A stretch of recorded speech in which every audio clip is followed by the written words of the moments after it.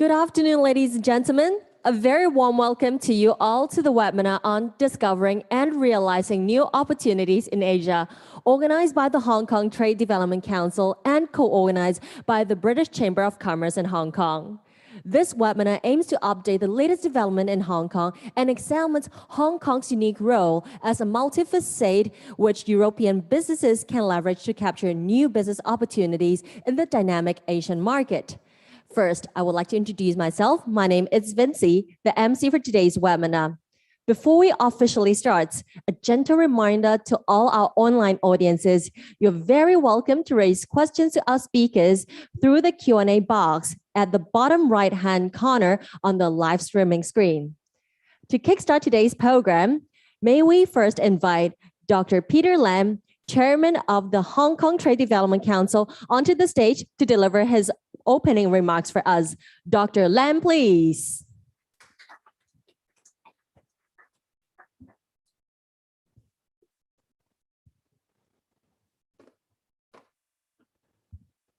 Chief Executive, distinguished guests, ladies and gentlemen, thank you for joining us today. Every year, the Hong Kong Trade Development Council organizes a dinner in London for the British and the Hong Kong business communities to catch up and find new opportunities together.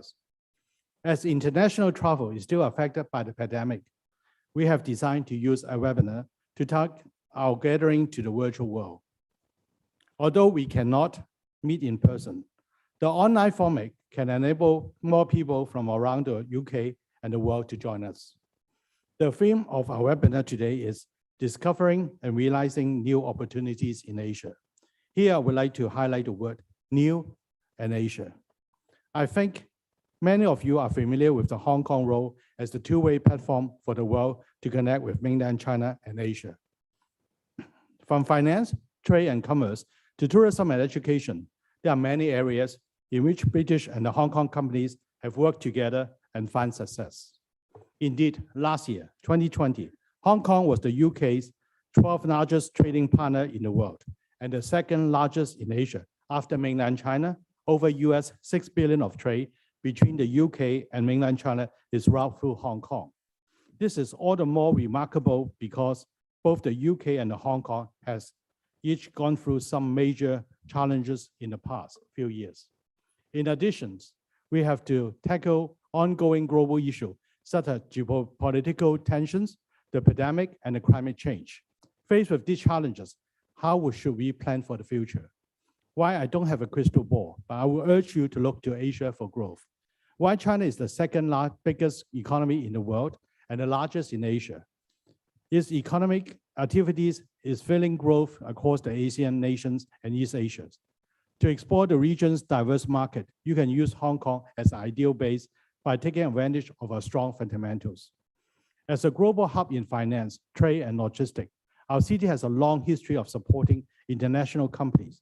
We are also supported by a stable legal system, advanced infrastructures, and free flow of capital, people, goods, and informations. This has given the city a strong foundation to build our newer sectors, such as technology and innovations, and the creative industries. Furthermore, traditional industries such as finance, trading are re-energized by innovation in fintech and e-commerce, while technology has transformed healthcare, education, sustainable development, and other fields. We see this especially from the rapid development of the Guangdong-Hong, Kong-Macao Greater Bay Areas and the Asian market. For those of you who are familiar with the Pearl River Delta and the Hong Kong role in connecting the world with China, and the Greater Bay Areas offer even more prospect as a resource hub and a market. The market has over 80 million people with the highest GDP in China, and is a powerful house of innovation, smart manufacturing, and capitals. And for those of you who look at Southeast Asia, the free trade agreement between the ASEAN bloc and the Hong Kong provides more opportunities and fewer barriers, while Hong Kong provides a familiar international platform from which to engage the diverse business culture of that region. For our webinar today, we will focus on three areas: finance, business expansion, and healthcare. We are honored to have global leaders as our speakers. I wish to thank you for your time. I also wish to thank our co-organizer, the British Chambers of Commerce in Hong Kong, for making this webinar possible. I hope this webinar is only the beginning of many discussions that will go beyond the section today. With all the opportunities in Asia and the Hong Kong news strength, now is the time to act. Thank you and enjoy the webinar. Thank you. Thank you. Thank you, Dr. Lam. Please be seated. Today, we are also very honored to have a special guest joining us. Ladies and gentlemen, please join me in welcoming the Honorable Mrs. Carrie Lam Cheng Yut Ngo, the Chief Executive of the Hong Kong Special Administrative Region of the People's Republic of China, to deliver a keynote speech for us. Mrs. Lam, please. Peter, distinguished guests in Hong Kong and in the United Kingdom, good morning and good afternoon. It gives me great pleasure to join this signature webinar organized by the Hong Kong Trade Development Council, as well as by the British Chamber of Commerce in Hong Kong. As Peter has told you, because of the COVID-19 situation, we could not be physically in London to enjoy the annual dinner of the Trade Development Council in London, which has been organized for several decades before and after Hong Kong's reunification with the mainland of China. I still remember when I attended the TDC dinner in London for the first time in my capacity as a chief executive, and that was September 2017. The theme of my speech, which was also supplemented by a 4-minute video screened for the first time during that occasion, was "The best of Hong Kong is yet to come." And I thought that it was quite well received by the guests at the dinner, and also subsequently when we showed this video on other occasions. Now, more than 4 years have gone by, and today, you have to forgive me, I am going to convey the same message, that the best of Hong Kong is yet to come. But on this occasion, I am conveying that message to you with more certainty, more confidence, and more optimism. So in the next few minutes, I will try to give you the reasons for my confidence and optimism in a very succinct manner, because I have only a few minutes to tell you this very lengthy journey that Hong Kong has gone through since my last attendance at the Hong Kong TDC dinner in London. Now, the first reason for my confidence and optimism, and which will underline Hong Kong's continued success, is of course one country, two systems. Hong Kong is an inalienable part of the People's Republic of China. And our audience and our friends in the United Kingdom should know better than most of other people in other parts of the world about the importance of one country, two systems, which has underlined Hong Kong's success in the last 24 years. But one country, two systems being such an innovative concept, and Hong Kong being such a free and internationally connected society, we did experience problems along the way. But now we are back on the right track of one country, two systems as a result of two very decisive decisions and actions taken by the central authorities in response to the unprecedented challenges that Hong Kong has encountered in the latter half of 2019. And of course, the global COVID-19 situation has given us other challenges. These two important decisions are the enactment and implementation of the National Security Law on the 30th of June last year. And the second initiative and decision is, of course, a decision to amend Annex 1 and Annex 2 of the Basic Law to improve Hong Kong's electoral system in order to ensure that it will be patriots administering Hong Kong. By now, I suppose many of you are quite familiar with the provisions in the National Security Law and have heard and read about the enhancements to the electoral system. Because under this improvement, we already have one round of public elections, the election of the 1,500 members election committee, which is now far more broadly represented. And in less than 4 weeks' time, on the 19th of December, we will have the 7th term Legislative Council election. And then on the 27th of March next year, it will be the election of the Chief Executive of the Hong Kong Special Administrative Region. In case you have read something negative about both of these important decisions, let me clarify that once and for all. The national security law is not draconian at all, as described by some of the Western media. We have done a very detailed comparison of the national security law that Hong Kong has with those adopted in other parts of the world, including the United States, the UK, Singapore, New Zealand, Australia. And ours, I would say, is not draconian at all. And at the end of the day, this piece of legislation only targets for very well-defined offenses undermining national security.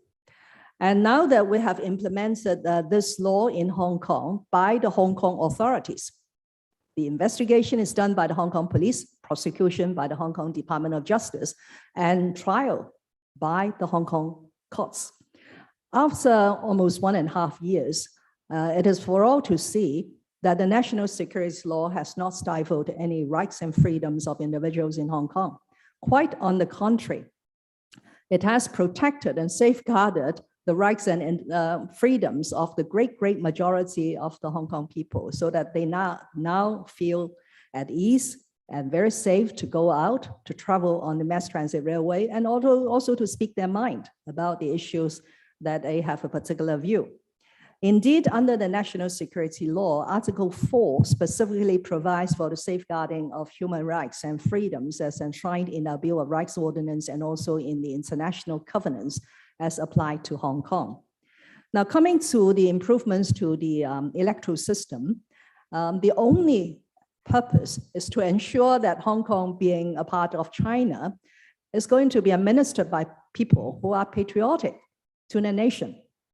That was not a very ambitious or a very unreasonable requirement. I'm sure all over the world, one would like to see the parliamentarians being occupied by people who are patriotic to the nation, who are prepared to swear allegiance to the Hong Kong Special Administrative Region and to uphold the basic law of Hong Kong, and Hong Kong being a part of the People's Republic of China. And what's more, we have been telling people, and I'm sure in time to come, it will be proven once the new Legislative Council assumes office, that it is not a yes chamber.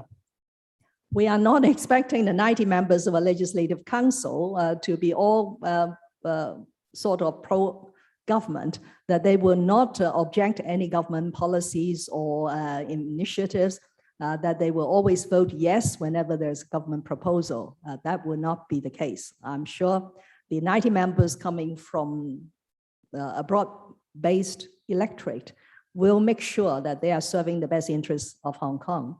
And the executive led by the chief executive will certainly work with the legislature.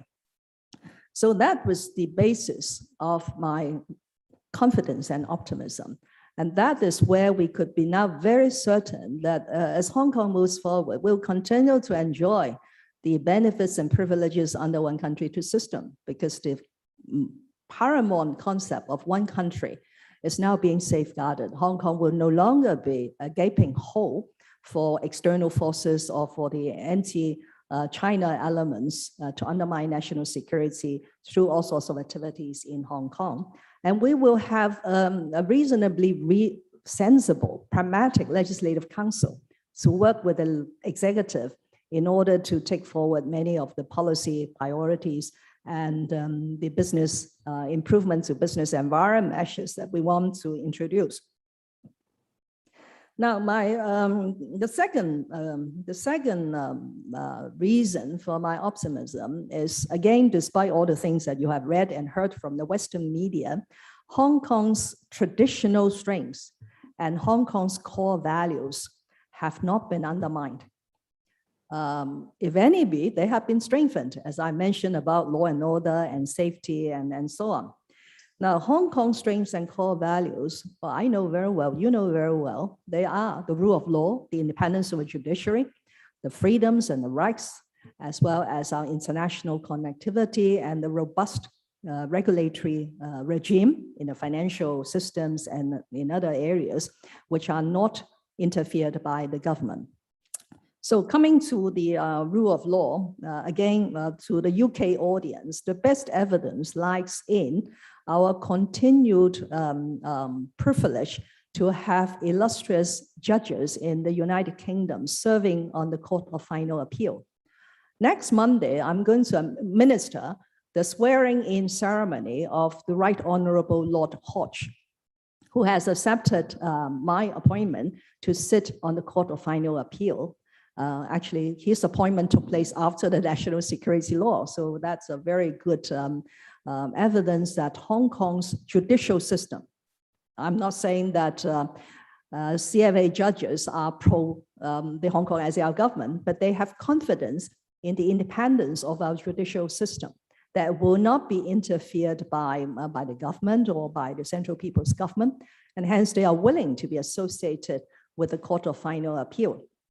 And of course, other CFA judges from overseas common law jurisdictions have accepted my reappointment in the last 12 months or so.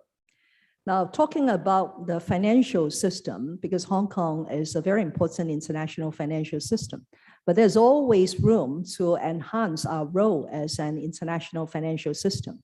So in the last few years, we have the insurance authority coming into place to regulate insurance companies in Hong Kong. We have recently enacted a piece of legislation to move on to a full-fledged regulation of professional accountants in Hong Kong by the Financial Reporting Council.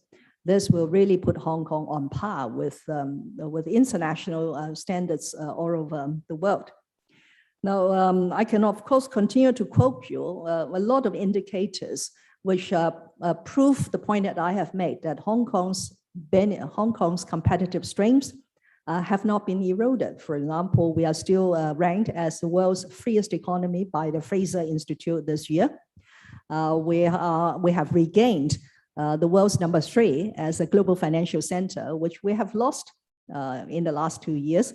But now this year, the latest index gave us back the world's number 3 after New York and London. And we are the largest, 6th largest trading economy in the world. And in terms of FDI, foreign domestic investment, both inflow and outflow, we are the world's number 3 and number 4. So all these indicators show that nothing that nothing that I'm proud of, that you attach importance to, have changed or been undermined in the last 2 years as a result of the national security law or other things that have happened in Hong Kong. Hong Kong is, of course, a very important stock market. We are the world's 5th largest. But what is exciting is, of course, the changes that we have made to the listing regime in 2018. As a result, we are seeing more new tech companies. We are the world's number 2 in terms of biotech listing. And we are welcoming back a lot of mainland enterprises who are seeking secondary listing in Hong Kong. But to me, because my government attaches importance not only to the traditional economies, but also to new areas like innovation and technology and art and culture. So I'm very pleased to share with you that as a result of the things that we have done, we are now ranked as the world's number 2 after only the United States of America in terms of digital competitiveness by the Institute of Management Development in Switzerland. And in terms of set 4 years ago, for us to be far more proactive in order to strengthen our international competitiveness. So we have adopted many policy initiatives in quite a range of areas, particularly in innovation and technology, investing over $130 billion in the past 4 years, and rolling out a lot of tax measures and also legislation to support Hong Kong's role as an international financial center, particularly in asset and wealth management. because we know that there's a lot of wealth in Asia. That's why you need to look at and realize there's opportunities.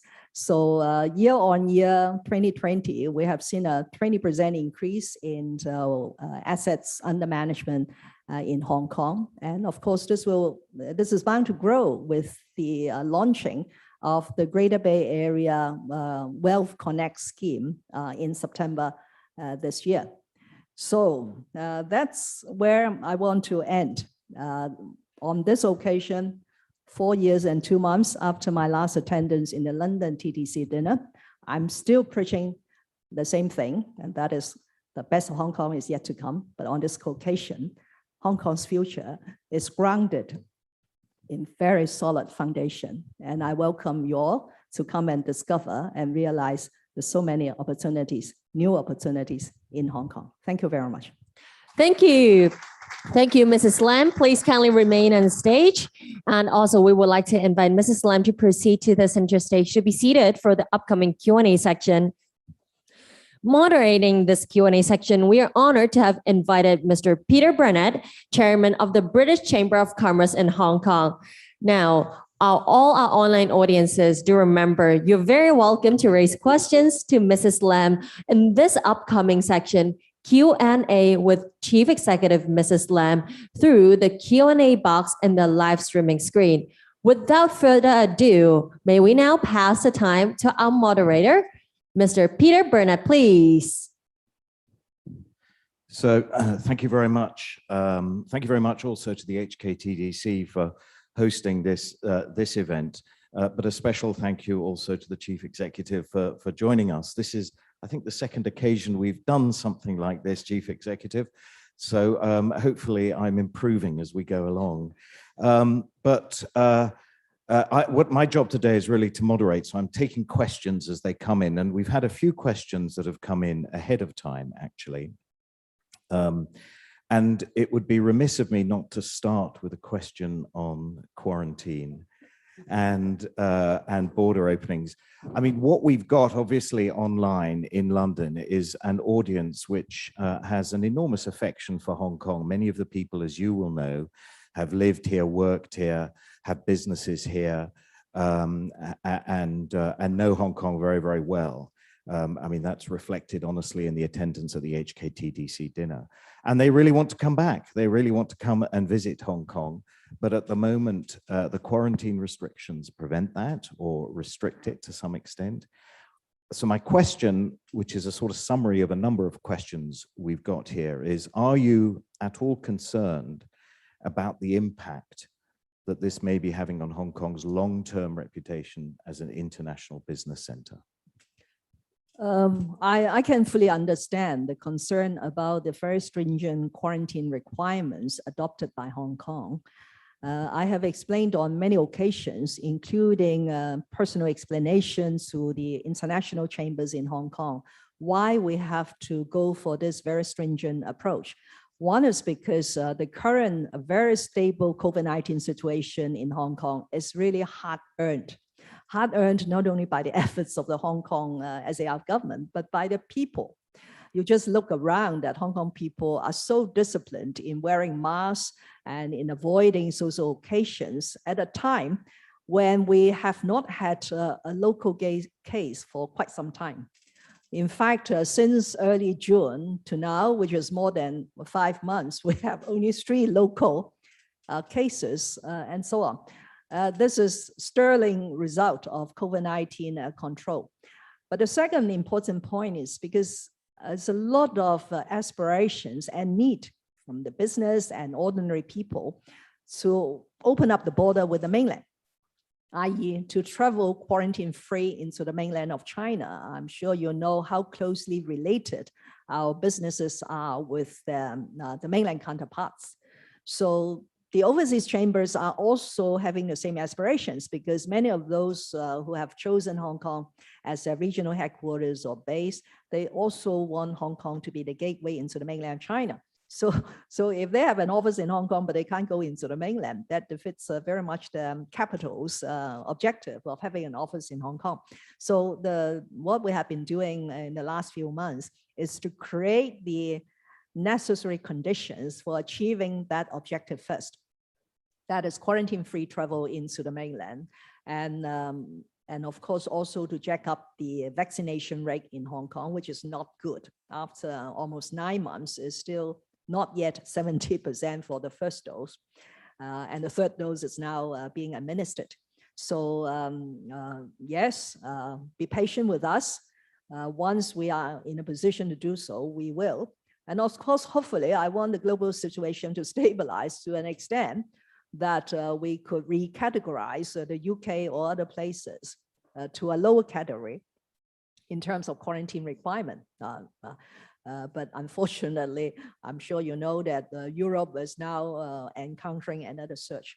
Whether these pandemic issues will hurt Hong Kong's international image or attraction in the long term, I don't think it will, because public health crises do happen from time to time.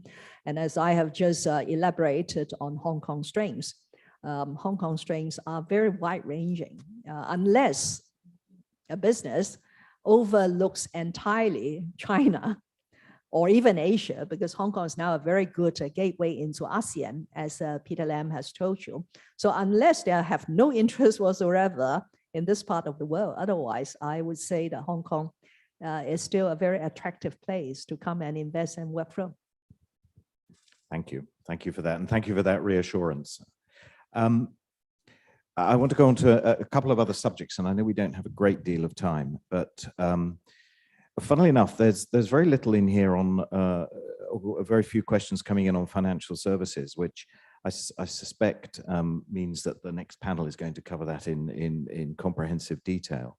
But I suppose in the theme of the title of this summit, which is new opportunities, there's quite a lot on some of the new opportunities that you've outlined in your policy address, including on creative industries, on innovation and technology, and on climate change and the Hong Kong climate plan.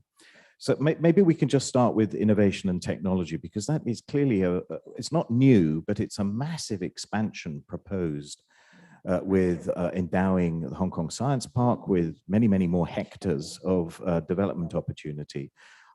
Perhaps you can just elaborate a little bit for the audience how you see that and how you see the connectivity with the United Kingdom as well.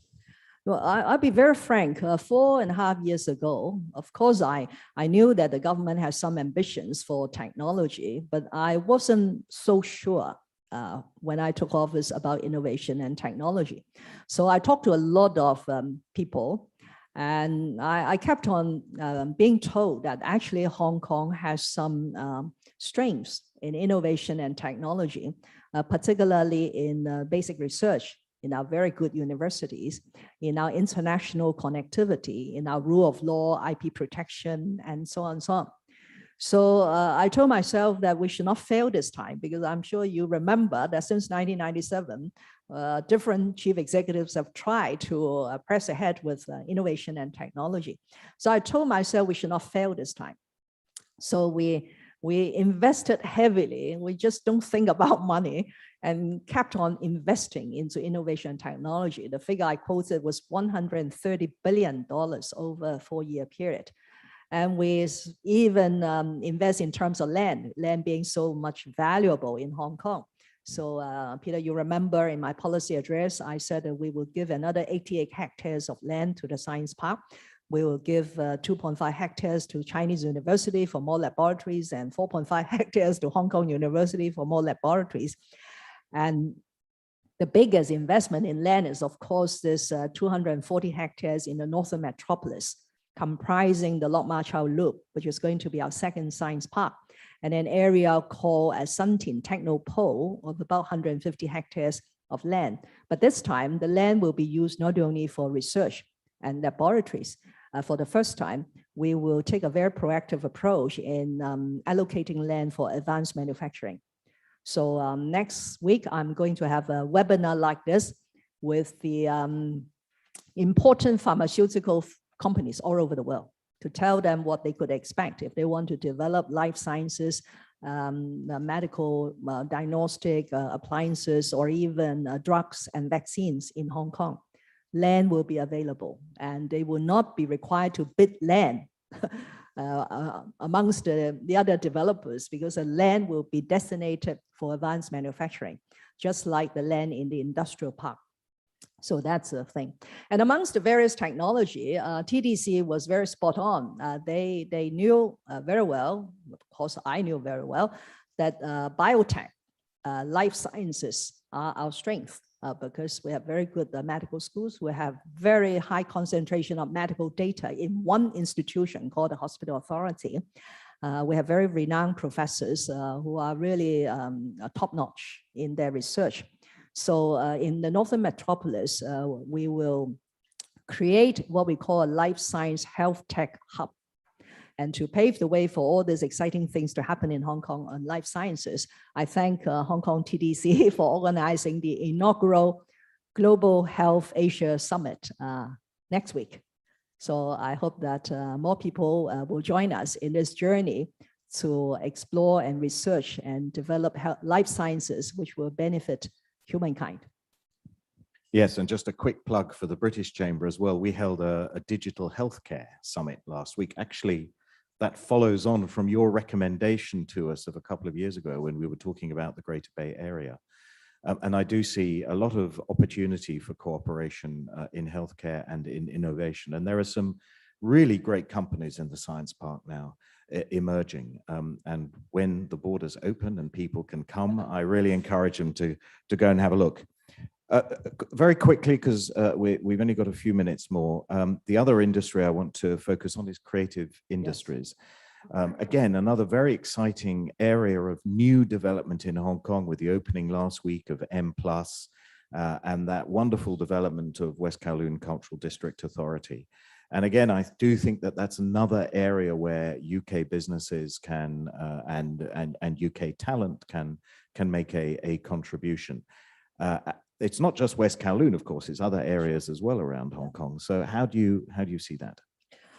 Thank you for raising that. And also in your earlier question, you mentioned about the affiliation with London. During my 27th trip to London, apart from that very enjoyable TDC dinner, I actually went to Imperial College to see the health tech there. And I think IC is now inside Park as well. And I have a working lunch session with the creative industry people, including some very renowned architects and designers in London. Hong Kong's art and culture scene is going to boom. One is because for the first time, we have a national support in the 14th five-year plan that Hong Kong should develop into an East meets West cultural exchange hub. And we are unique amongst Chinese cities. And secondly is we are now seeing the realization of the infrastructure. West Kowloon Cultural District with the Contemporary Arts Museum M+ opened last week. And middle of next year, we'll open the Hong Kong Palace Museum. And then in terms of performing arts, we will see the East Kowloon Cultural Center completed 2023, and then the Lyric Theatre in the West Kowloon Cultural District. And third is we are putting a lot more efforts on nurturing local talents in the universities, in the vocational training, in the Hong Kong Academy of Performing Arts. But arts is an area which needs a lot of international exchanges and cross-fertilization of ideas and expertise.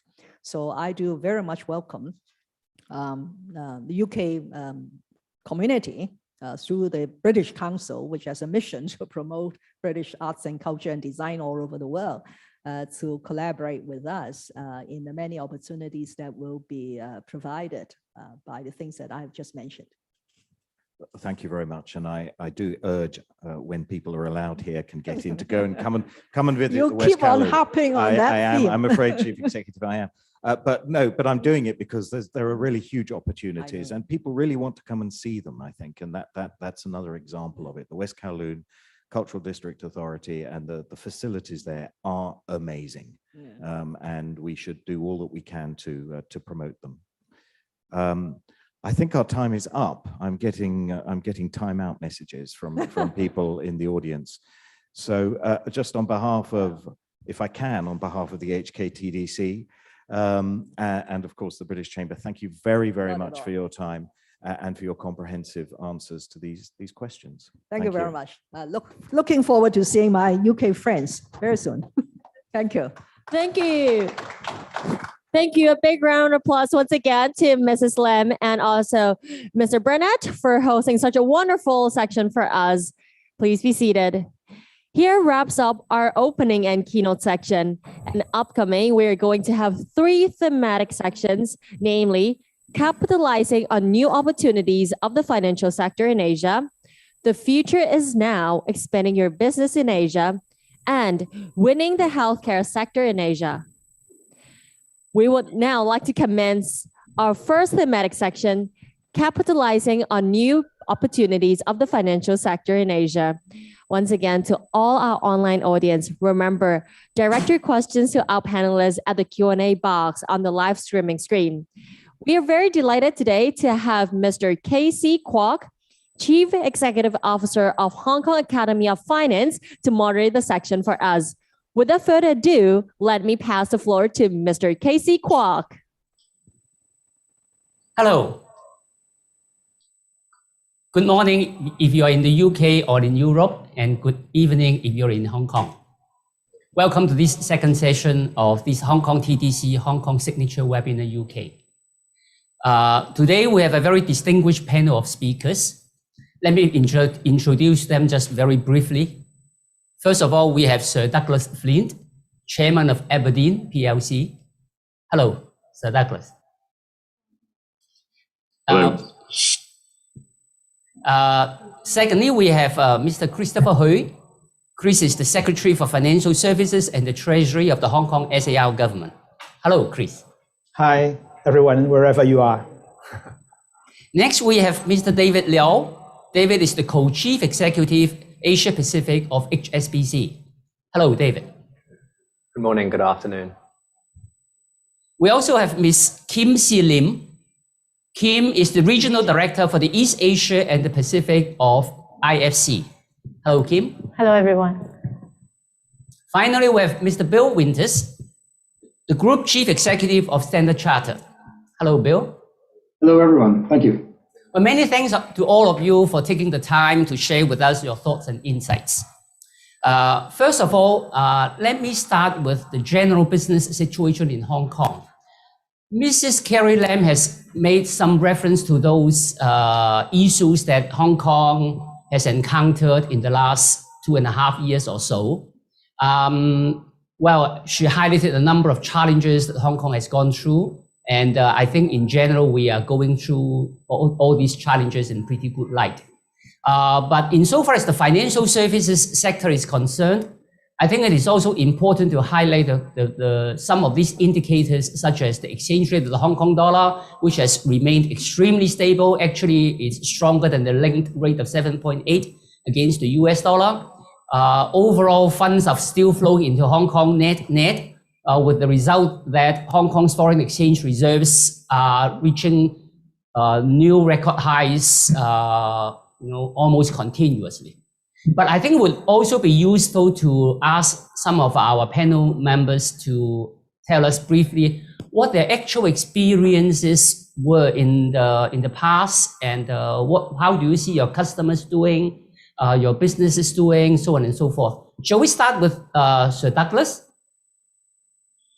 Thank you. I think you summarized very well one of the great strengths of Hong Kong, which is its resilience and its agility.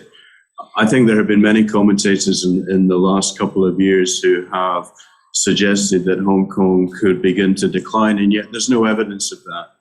I think Hong Kong's strengths, its legal system, its financial system, its logistics and maritime services, its commitment to innovation and technology, all have created an environment where business is very keen to pursue the opportunities both with and through Hong Kong. And I think the biggest issue in Hong Kong as an entrepot at the moment is, like many other parts of the world that have come out of the difficult parts of the pandemic, the bounce afterwards has been dramatic and very strong. And I think that there is a pent-up demand for travel and visitation again. And you can see that in some of the statistics, the fact that there were more acquisitions of hotels in the third quarter of this year in Hong Kong. But I think there's a tremendous pent-up desire to see a period where it will be safe and responsible to relax quarantine and border controls and get people moving in and through Hong Kong again. Because I think there is a tremendous pent-up demand, as many of the strong attributes of Hong Kong are very, very necessary and relevant in the world that we are entering. So that would be my take. I think there's a big opportunity. We can get back to normal. Yeah, I think your keyword pent-up demand, I think is very relevant. I think both for people in Hong Kong and people from other parts of the world in coming to Hong Kong. Perhaps Chris could also enlighten us a little bit more about the government's thoughts on this subject later on. But let's go on to Bill. You come to Hong Kong from time to time. What's your feeling on the ground every time you come to Hong Kong? And in terms of your business and Standard Chartered or your customers, what your customers are doing and so on? Well, I'll echo Douglas's comments that Hong Kong is remarkably resilient. It has been a really difficult couple of years, as we know. And I was last in Hong Kong in August. I was very impressed with what I saw at the time. In fact, I had the opportunity to deliver our half-year earnings from Hong Kong, which is the first time I've been able to do that. And at a time when we could also point to not just the resilience of Hong Kong, but the core strength of Hong Kong as a global financial center, as a regional financial center, and as an absolutely critical financial center for Greater China.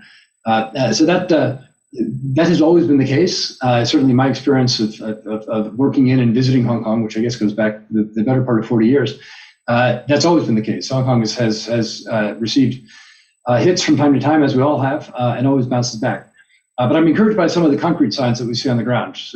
Very encouraged by the fact that bank deposits are increasing. That's a clear sign that not just that Hong Kong is resilient, but actually that it's relatively attractive because money is flowing into the territory. And when I look at the amount of capital that's being raised through the Hong Kong market, which is simply phenomenal. Obviously, there's been a big shift in the nature of capital flows in the world, and Hong Kong is increasingly capturing the capital flows into and out of China. That's at the very core of Standard Chartered's strategy. That's what we've been building for the past 20 years. And I'm glad to see that bet that we've made and that we will continue to make is a good one and supportive of the core of Hong Kong's strength. So I would also echo the ongoing challenges that I heard from Douglas. The mobility challenges are tough. I would love to be in Hong Kong right now.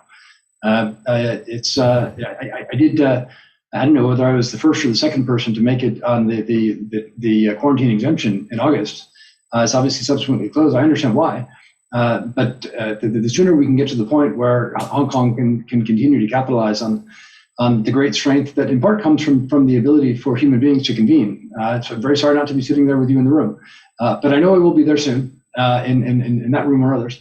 And I look forward to it. And we'll do anything that we can along the way to help us all get there. Yeah, thank you, Bill. Now, can we turn to David for people for people on the ground in Hong Kong to tell us a little bit what HSBC has been doing in Hong Kong recently?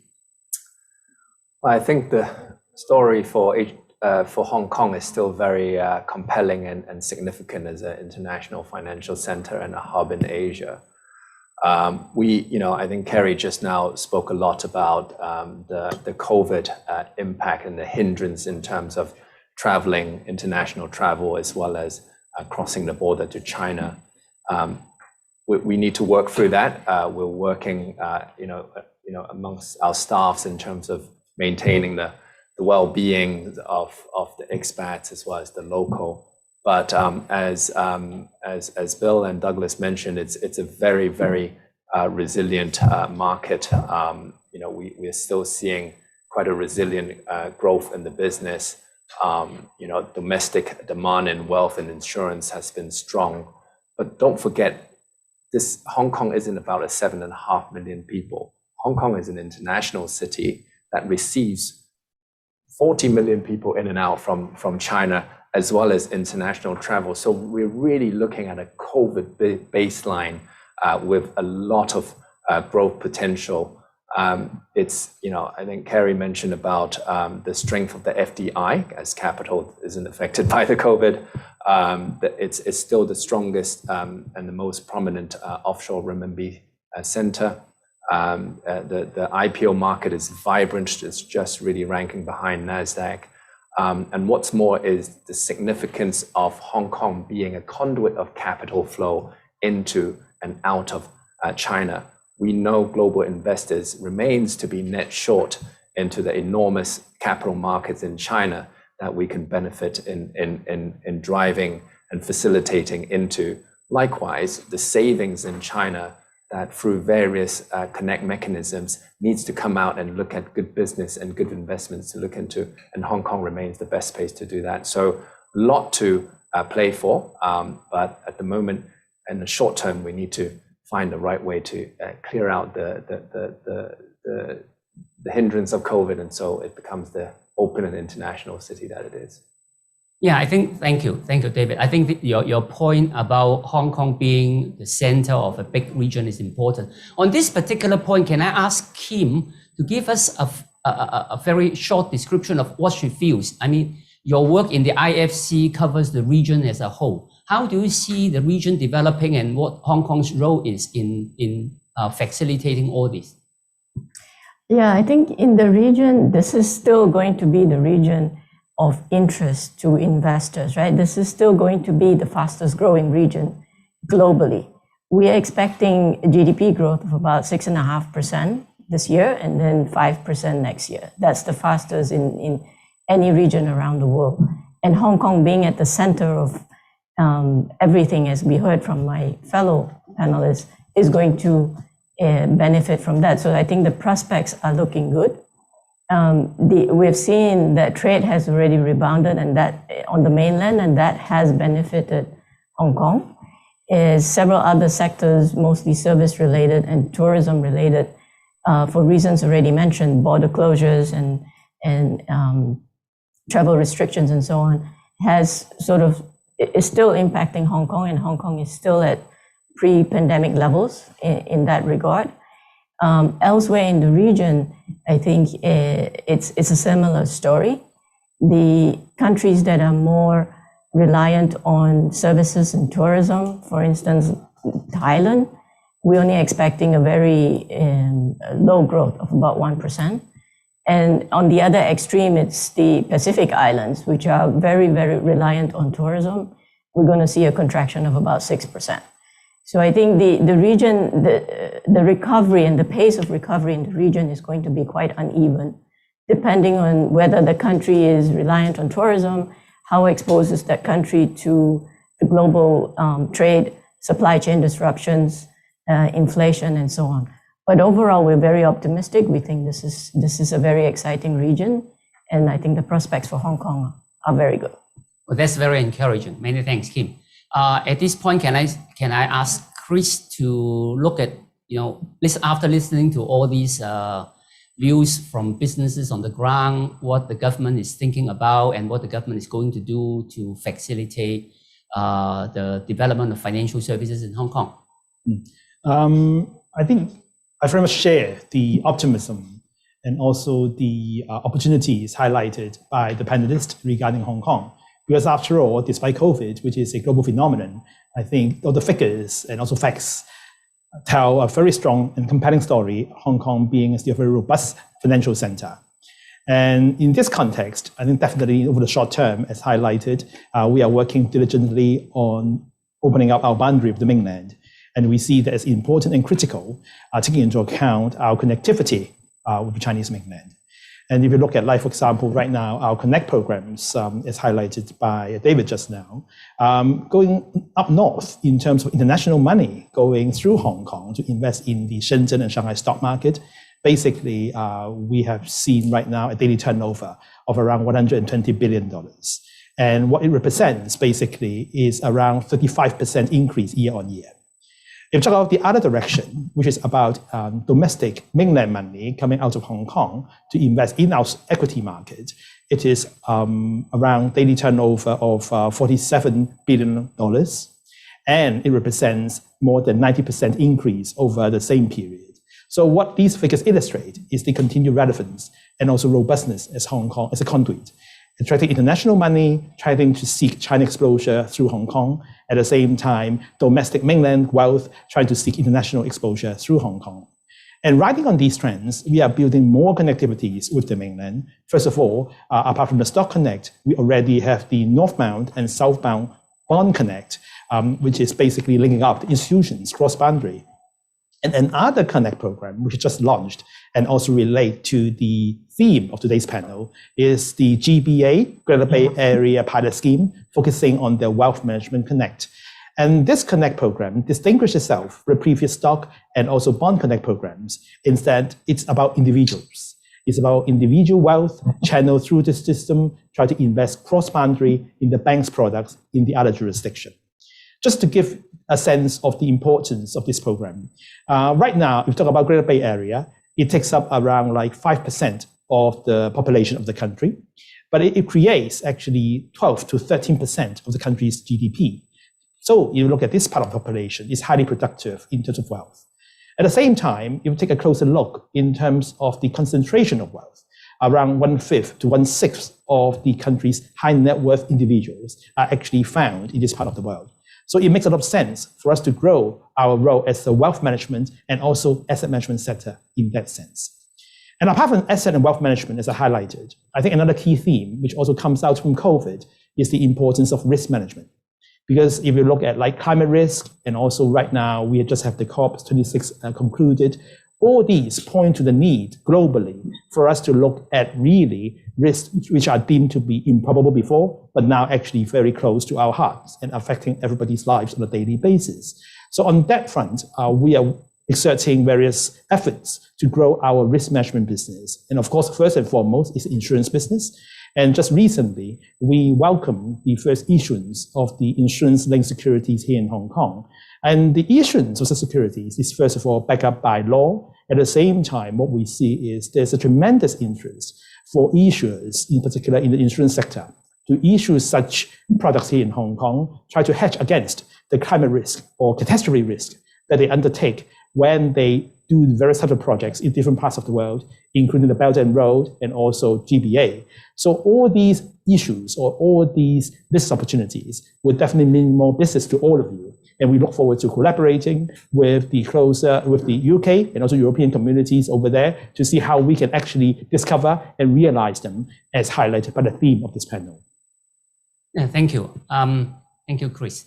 We have covered a lot of ground. Hong Kong is developing, Hong Kong's financial services industry is developing in many directions. But in the interest of time and given the range of very good speakers we have today, I think let's focus on one or two aspects of Hong Kong's financial services development and drill in a little deeper. I want to cover a little bit of asset management first, and then I hope we will be able to spend a little bit more time on green and sustainable finance later on. So, but just to finish on the subject of asset management, we have already mentioned a lot in the earlier discussions. I think the bigger theme in Hong Kong is, first of all, as mentioned by some speakers earlier on, there is a very rapid growth in private wealth and institutional money in this part of the world, not just Hong Kong. And secondly, just like many other parts in the world, the region is facing the big challenge of aging and saving enough and preparing enough for the aging population. So asset management, wealth management, fund management is actually a very important part of the business in Hong Kong. Can I, first of all, invite David to tell us what HSBC has been thinking and doing on this very big subject? Yeah, there's a lot to do in asset management, and actually you can see the AUM of private wealth in Hong Kong is growing by 25%, in the first half of this year. I slightly sort of beg to differ in terms of we're just banking into an aging demographic. We've spoken a lot about GBA, and this is a collection of cities in the southern China that amounts to 73 million, with a pretty young and dynamic demographic. They are growing substantially in terms of their wealth, fueled by strong ideas, strong businesses. GDP from 2019 is at 1.7 trillion, and we see that growing to 2.8 trillion by 2025. So a lot of growing wealth to bank there. The asset management industry needs to widen, as I mentioned, into the geographical representations in China, the widening of asset classes into alternatives, and an evolving science of sustainability that would really be driving growth there. So yeah, I think there's really a whole host of growth potential that the asset management industry that we need to bank on. And that is really why the group has, a year ago, reinforced the Pivot to Asia strategy. We've earmarked 6 billion investments in the coming years. 3.5 of that will be on wealth and asset management around the region. Obviously, a big part of that will be in Hong Kong and will be in the GBA area, stepping up the digital and technological investments required to build the right platform and serving and building the increasing set of clients and asset under management. Yeah, thank you, David. Very aggressive plans there. Bill, how are you doing in the face of this competition? Well, from time to time, HSBC and Standard Chartered compete with each other, but that doesn't mean that we have very different views. So I have to agree with everything that David said in terms of both the opportunity and the underlying dynamics. And each in our own way, we're investing into that. For Standard Chartered, that certainly means stepping up our investments in wealth management as an advisory activity. We're a little bit different than a number of banks in that we don't have an asset management business. So we are a genuinely open architecture advisor when it comes to helping clients manage their wealth.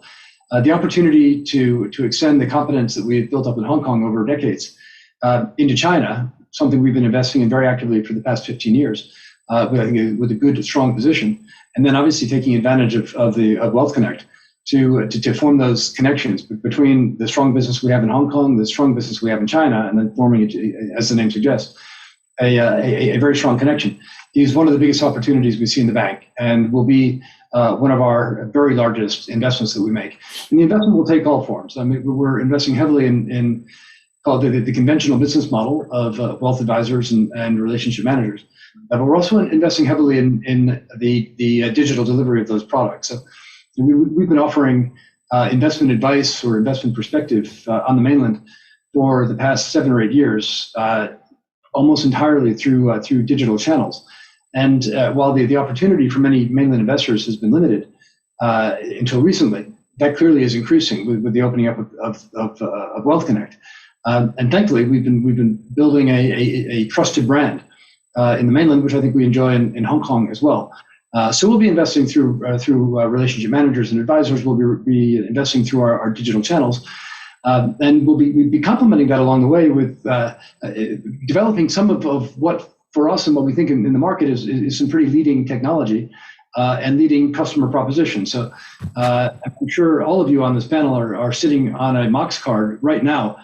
David, if you don't have a Mox card, I will happily sign you up.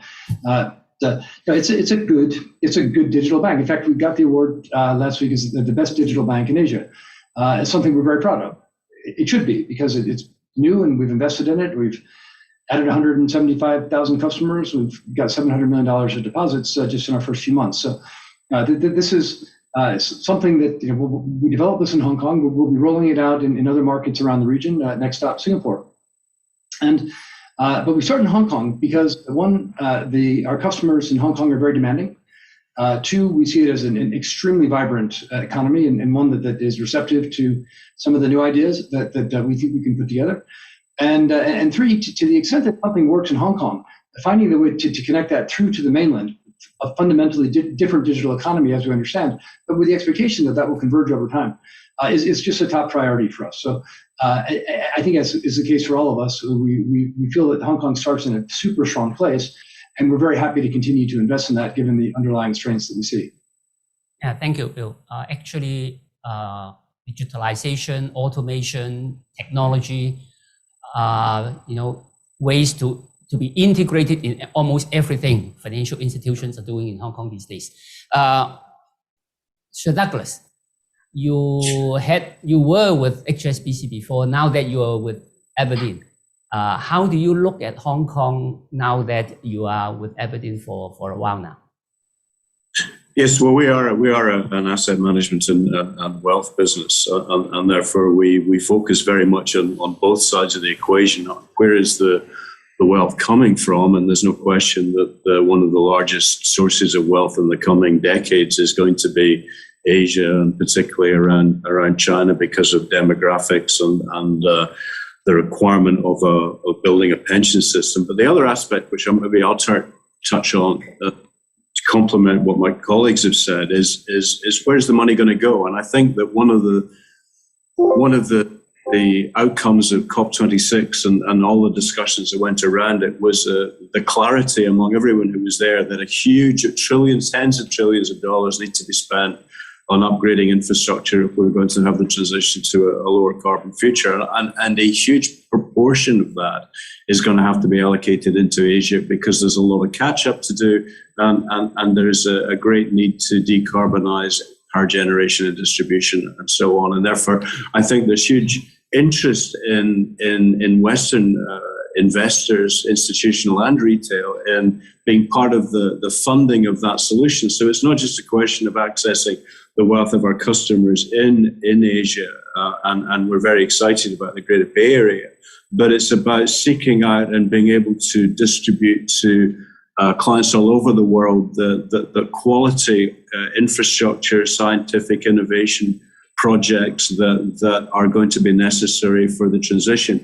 And I think Hong Kong has a tremendous role to play because of the integrity of its regulatory system, its legal system, and so on, in terms of giving a seal of approval and the confidence in funds that are recognized in Hong Kong. We will look at setting up a Hong Kong domiciled fundraise to take opportunities in the Greater Bay Area. But I think there's broadly a very big opportunity for Hong Kong to create a funds framework to compete with the other major fund frameworks in the world, because one of the needs of the moment is assurance over the quality of the investment propositions contained in funds that are being sold to a market that wants to participate in the transition to the lower carbon future.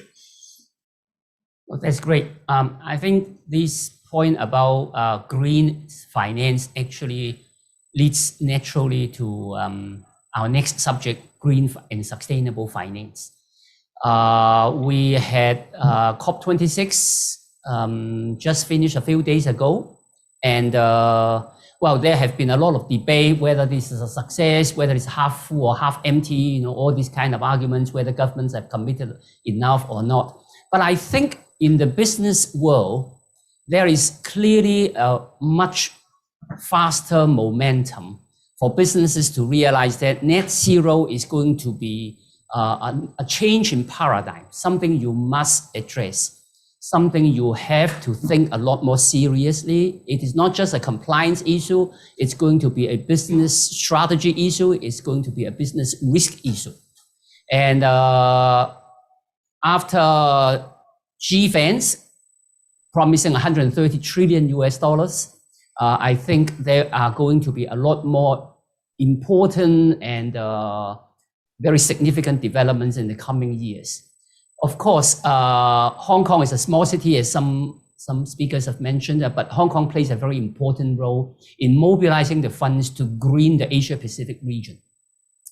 At this point, can I turn to Bill, since you were on the ground in Glasgow? Could you tell us a little bit more what your feeling was there when you were there, and what Standard Chartered is thinking about, what Standard Chartered is going to do, going forward in Hong Kong? Yeah, I was in Glasgow, and what I was most impressed by was the degree to which the business community, which historically has not been very present in COP sessions, the business community really came together in force. I teased David before about digital banking, but I can tell you on the subject of sustainability and climate change, the banking industry is aligned, and in many of the initiatives that we're taking, we've aligned around HSBC and Noel Quinn, who led a financial services task force that has been very impactful in terms of helping the banking industry in the context of GFANZ, which is this Glasgow Financial Services Net Zero Alliance, to identify the opportunities that we have for business to make maybe not 100% of the contribution to climate change, but to take the lion's share of the responsibility. So, I was very impressed by the degree of consistency across the business community, financial services and industry, to tackle this problem by getting our data sorted out, making our commitments to net zero transitions, developing the tools that are necessary to accomplish that. From Standard Chartered's perspective, we have delivered a very detailed net zero transition plan. As I think most would understand, our emissions come from our clients. So 95+% of the emissions that we take responsibility for are through our financing, which means that we can only achieve a net zero or a zero carbon position if our clients achieve a zero carbon position. So we articulated the plan, how we will do that, broken down by industry sectors. Heavy lifting, and that of course will require us to work extremely closely with our clients, for the most part providing financial assistance, providing the financing that they'll need. And we're talking about something like $130 trillion needed over the next 30 years to get to a zero carbon economy. A disproportionate share of that is in the markets where Standard Chartered operates across Asia, Middle East, and Africa. And the biggest impact from these transition financings will come in those regions, because that's where we have the biggest gap to close. So Standard Chartered will do its part. We'll make our balance sheet and our access to resources available to accomplish that. We've also helped to develop these some of the tools that will be necessary beyond the sustainability finance and transition finance, most notably the voluntary carbon markets, which it's a market that has been beleaguered by a lack of confidence because there were no standards. So I had the pleasure and honor of chairing a task force for last year, focusing on setting a very high and consistent level of standards to restore integrity to that market, and to put a governing body in place, a board of directors, that will make sure that those standards are maintained. That's now up and running. It's working. I'm very happy to see Ma Jun from the mainland join as a director of that, so to both enforce that high level standard, but also to connect the critically important Greater China region into that global market. And so I think the opportunity for Hong Kong is very straightforward. Hong Kong needs to be at a minimum, the Greater China Center for voluntary carbon trading.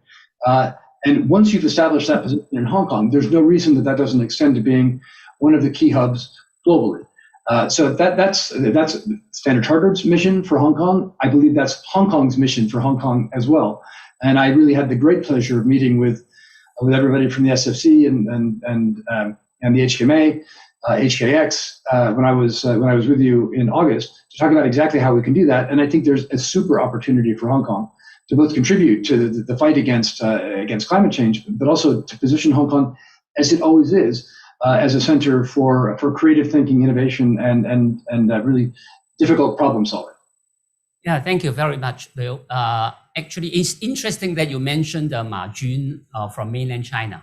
Recently, I had a chat with a friend who told me that there are a lot of Hong Kong investors in mainland China, and these days, if you go to see the government, you could not avoid the subject of 2030, 2060, the two peaks. So, I mean, the commitments from the top in mainland China is actually escalating, or I don't know, is really implemented on the ground. A lot of enterprises have to really think very seriously about this. At this point, can I suggest that Kim, since IFC is sort of public-private partnership, trying to help enterprises to go green and sustainable. Could you tell us a little bit about your experience and your work and efforts in this direction? Yes, so starting with Hong Kong, happy to and very proud to announce that we recently launched a $3 billion MCPP One Planet platform, which is a debt platform in partnership with HKMA and Alliance Global. This will be the first global multi-sectoral debt platform that will be Paris aligned. So that speaks to the depth of the capital markets, the innovation, as well as the ability for us to do more of these sorts of innovative financial solutions for climate change. This is a region that is contributing a substantial portion of the global GHG emissions. So the climate battle will be won or lost here. And I think Hong Kong is at the heart of all of this activity and has the right ingredients and the innovation and the legislation and all the right ingredients to continue on this path of innovation. What we're doing here, what we're doing at the IFC, I think is exactly that, right? Since the World Bank launched its first green bond in 2008, we have gone on and issued about 10.5 billion of green bonds in 20 different currencies. And now that green bonds have been mainstreamed, we're moving on and developing other solutions for climate. So we're looking at blue loans. We have made our first blue loan last year. We're developing the blue bond taxonomy so that we could help deepen capital markets with blue bonds, which is a pretty nascent asset class. And that would go towards helping the marine and the ocean economy and cleaning up the oceans. We're also working on other sort of instruments for transition finance. So sustainability linked bonds is something that we're actively developing. We helped Sembcorp Energy of Singapore issue its first sustainability linked bond that's listed in Singapore. And I particularly like that because it's an opportunity for companies that are not quite green, that are potentially having quite a lot of brown assets on their books, access capital markets to go green.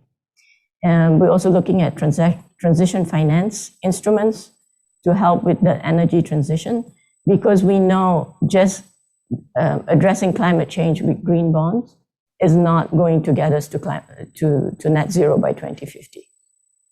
So, good. Thank you, Kim. David, HSBC is also participating actively in many global forums on green and sustainable development.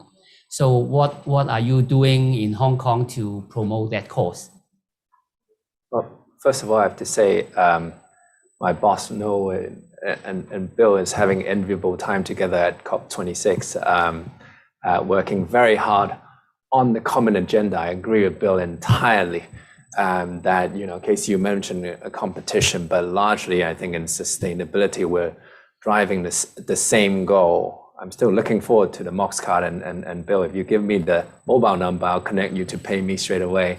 But here, still we're just working together here. And there's a lot to do. And the point about sustainability is there are no borders. There are no borders, and we're all driving this common goal. HSBC is committed to our up to 1 trillion financing up to 2030. We're working hard on that. We're driving almost over 60% of the sustainability bond issuance in Greater China offshore. We are working very hard with HKMA, in terms of driving the taxonomy of hitting 30% of the book by 2030, and then sort of going up into 60 and 100 in the subsequent decades. The thing about it is there's just a lot of science to do there. We have over 400 billion of RWAs in Asia, touching every corner of the economies, and in particular in China. There's as Ms. Kim mentioned, there's a huge transition story in Asia, and we need to work with that. We need to make sure we drive the sustainability rigor and climatic goals that we've laid out, but we also need to make sure that that transition is responsible, that we are working with different jurisdictions, different governments and regulators, different state planning regimes that allows for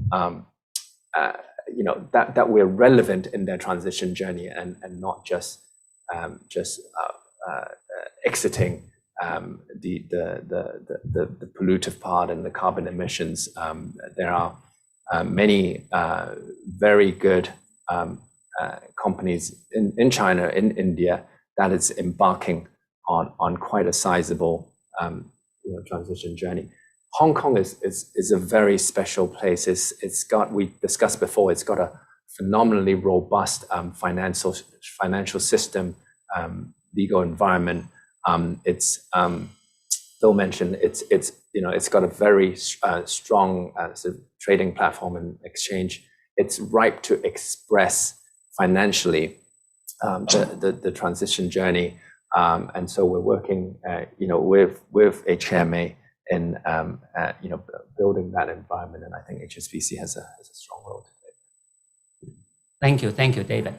How can I forget the great partnership with IFC as well, the fast infra financing to accelerate the sustainability transition, and again, just playing that public-private part in the transition. That's good.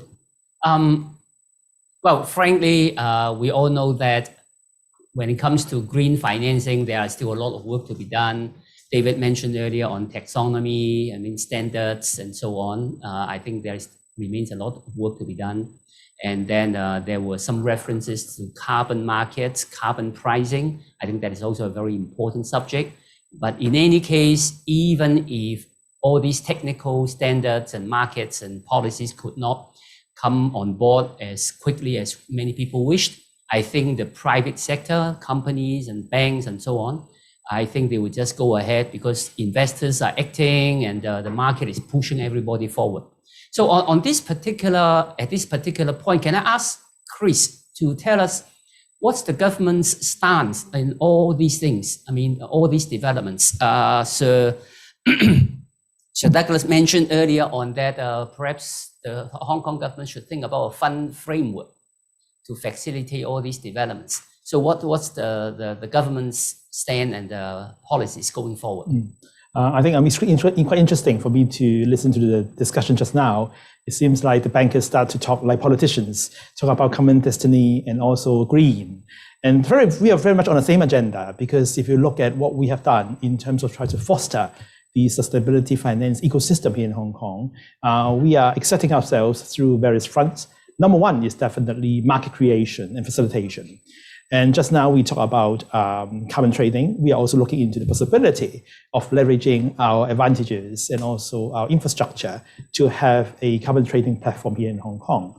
And definitely when we do that, it would not be just Hong Kong per se, but to make it serving the region at large. Because I always believe that Hong Kong, we have a limited physical footprint, only 1,000 square kilometers, but our service footprint is enormous, because after all, financiers are borders. So we are now looking into that in terms of desirability and feasibility. That's number one. And number two, apart from the carbon trading market, another market that we are actively pursuing and promoting is the green bond market.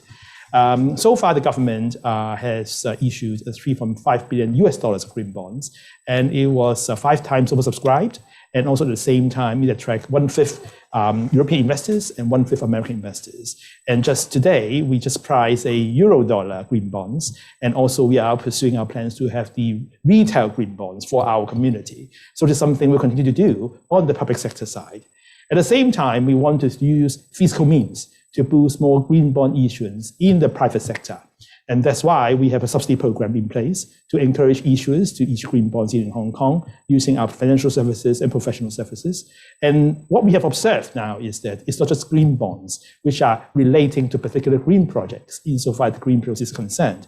And right now we are also seeing some green loans or some kind of sustainability linked products Basically, those green proceeds are not really linked to a particular project, but they link to an ESG matrix that the issuer has to observe and comply. And if they can do that, they are subject to a lower interest rate. And with those products now emerging, they are also included in our subsidy program now being arranged. And apart from the green bond market and also the carbon trading market, and another effort that we are exerting ourselves on is on the regulatory side. Because after all, for any market to thrive, in particular in the financial market, we have to have the right regulation. And just now, the panelists talk about the Common Crown taxonomy being developed between the EU and China, and we will definitely subscribe to that. And also through our regulators, we will require the relevant industries to follow the climate-related financial disclosure as required by TCFD. It's another step that we demonstrate to ensure compliance with the national standard. Because after all, our standard is basically international standard for our products and for our services to be continuously relevant globally. And apart from regulation, market facilitation, the final bit is about people. Because after all, ESG is an emerging trend and also very much in tune with the aspirations of many young employees and young population. And so basically the whole world is looking for talent in that sense. And in Hong Kong, we are grooming our own ESG talent because we see ESG not just for ESG per se, as it actually branches out in various aspects of our financial market development, like fintech.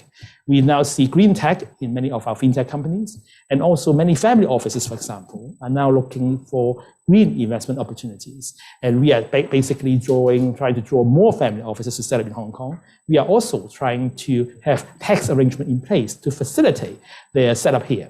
And to go back to David's points regarding the fund bit, we have a three-pronged strategy to grow our PE and VC market, because I think broadly speaking, green can also be a category of investments falling within the PE VC landscape. And we've just introduced a bill just a year ago to allow a limited partnership as a form for PE and VC funds. And just within a year, it has attracted more than 330 funds set up in Hong Kong. And many of the investment themes basically evolve around GBA and innovation, and some of them are actually green related. And then the second step that we have taken is to introduce a 100% tax concession on carry interest for these PE and VC funds. And the third bit that we have also done is to encourage the funds already set up somewhere in the world for the existing funds to be redomiciled in Hong Kong through a legislative route. So all these three-pronged strategies in place, we are very confident that Hong Kong will continue to be the PE hub for this part of the world. And in that sense, green is definitely a very relevant and important investment theme for these funds. Many thanks, Chris. We have covered a lot of ground. Unfortunately, time is running out, so we cannot continue to dig further into some of the issues we have raised. On behalf of everybody, I would like to thank our panel of speakers again for their very insightful and useful contributions. Our next session will begin very soon. Thank you very much. Thank you. Thank you. Bye.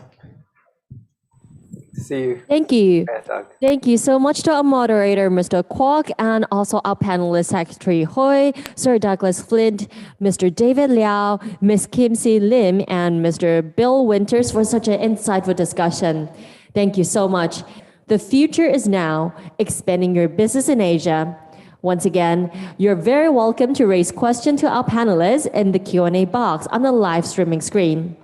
It gives us great pleasure to have Mr. Peter Burnett, Chairman of British Chamber of Commerce in Hong Kong, to moderate this section for us. Mr. Burnett, the floor is now yours.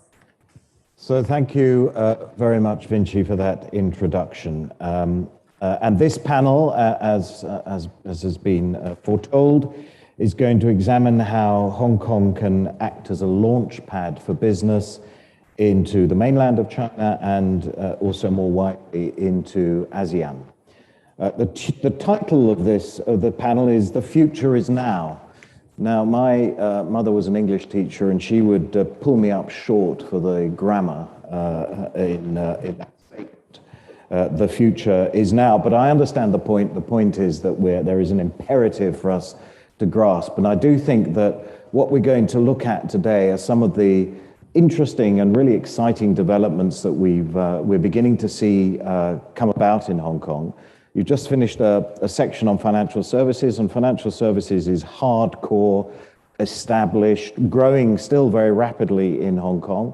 But what we really want to look at are some of the more, some of the newer and some of the exciting opportunities. Now, of course, it has been the function of Hong Kong to be an access point into the mainland of China ever since its formation, frankly. And more recently, we've had something called CEPA, the Closer Economic Partnership Agreement between Guangdong and Hong Kong, and launched in 2018. I think it was the Greater Bay Area, which is a greater integration of Hong Kong's capabilities with the capabilities of Guangdong and Macau. But today, competition has also become a great deal keener. So there is now the opportunity for direct access into the mainland through Shenzhen, through Shanghai, through Beijing, and so on. And many companies have decided to go directly into the mainland of China. We've also seen a rise of other regional business centers like Singapore.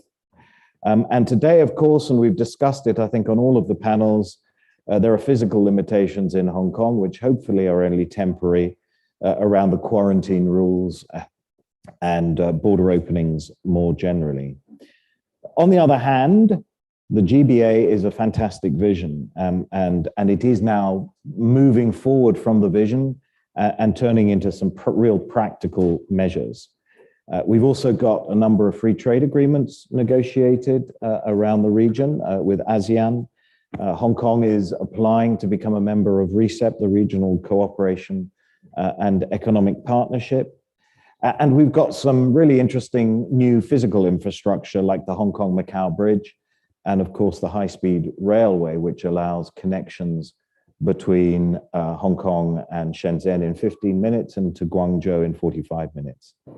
Now, to discuss these and other issues, we've got a very high-powered panel of experts who in their own way and in their own businesses have decided to locate in Hong Kong, many of them with existing businesses in both the mainland and more widely in ASEAN. But they're using Hong Kong as a base for that expansion. So let me introduce them to you. First of all, let me start with Elisa Harker, who is the CEO and co-founder of Red Ant Asia. She started that 10 years ago in both Shanghai and Hong Kong. I think she started herself in Shanghai, but then relocated to Hong Kong really to drive the business as the CEO. Red Ant helps global lifestyle and luxury brands navigate the complex China digital landscape. And she has a great selection of clients that she's helped to do precisely that. Mr. Francis Berlin, who is the president of Christie's in Asia Pacific, something that he joined in 16 years ago.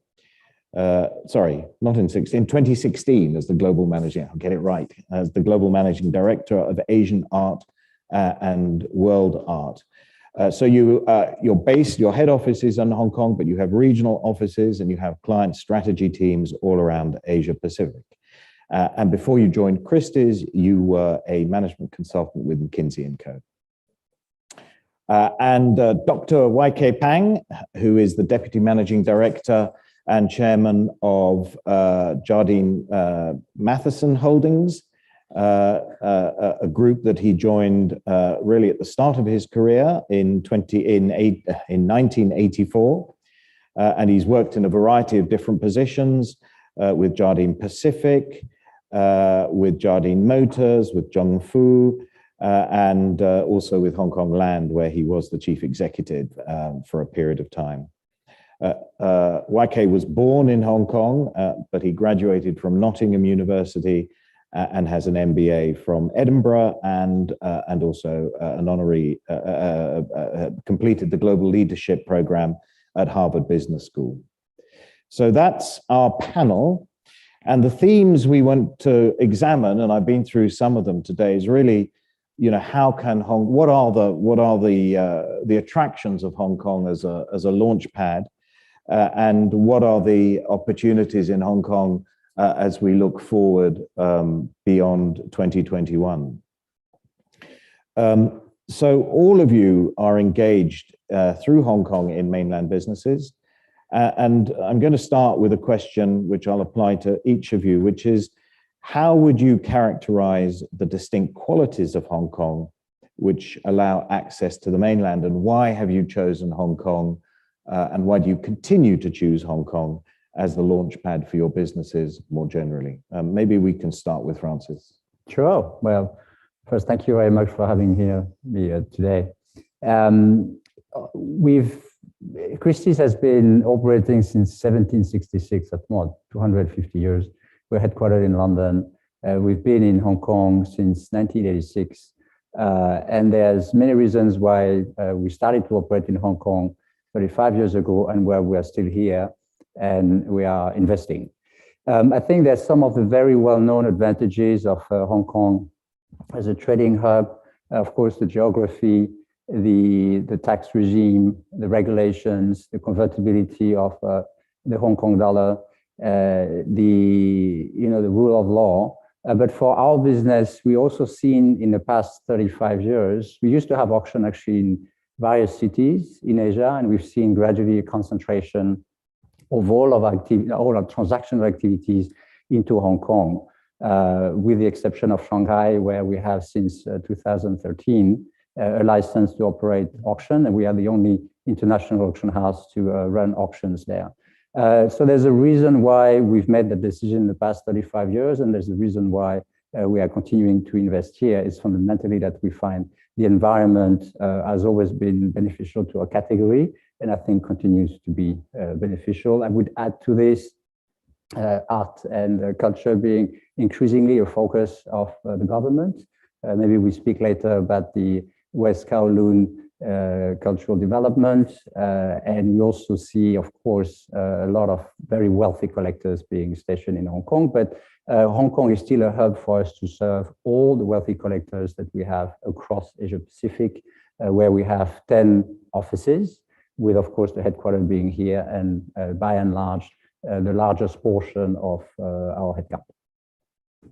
Good, thank you. So let me turn to you, YK and Jardine. So Jardine's, of course, has been here a very, very long time. You are associated with the formation of Hong Kong. And you continue to essentially run your operations out of Hong Kong, a combination of Hong Kong and maybe London. And that still works for you, and there are lots of attractions in doing so. Indeed, Peter, and I think we've been here since 1844, and that's been a very, very long time, and we continue to operate our global business out of Hong Kong. I think, you asked what actually makes Hong Kong such a special place really to conduct business with the mainland China and also the rest of the world. And I would sum it up in one word, and that is connectivity.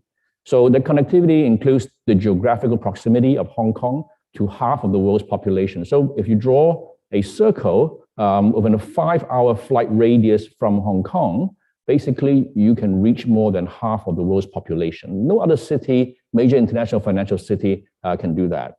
The other connectivity that we have here also, is the connectivity with business networks. Hong Kong is a melting pot. Hong Kong is a very international place, and you can find people of all nationalities coming here to make a name for themselves, companies gathering here, and basically using the connectivity, the business networks to really expand and grow their business. And also, I think the connectivity that really comes from, the multicultural aspects of being in Hong Kong, the East meets West. And of course, it's the gateway to the mainland. And therefore, it's Hong Kong serves us very, very well as a base to operate from, and will continue to be a center of operation for many multinational companies working with the mainland of China, as well as with ASEAN countries. Excellent. So Elisa, let me come to you. You started, I think I'm right in saying, your business in Shanghai, but then you have relocated to Hong Kong, but it's still very much mainland focused. So yes. Give us some of the history of Red Ant and why you're now located in Hong Kong. So we're the youngest of the three companies. So we started the business in Shanghai in 2011 and in Hong Kong in 2012. And I actually didn't ever live in Shanghai, although I did the commute every 1 week or every 2 weeks up until COVID. And the main reason that we chose Hong Kong to be the headquarters for a China-based business was, as YK said, the art of networking here is second to none. It's really a city that enables you to knock down doors very quickly and make things happen. And for us being an independently owned company in the digital space, it was a perfect place for us to meet with the senior level executives, particularly in the retail space. It's very much a hub of retail, which is very much my business focus. So for me, the 2 degrees of separation that Hong Kong has means that you can make things happen very quickly and you have access to excellent people in all walks of life.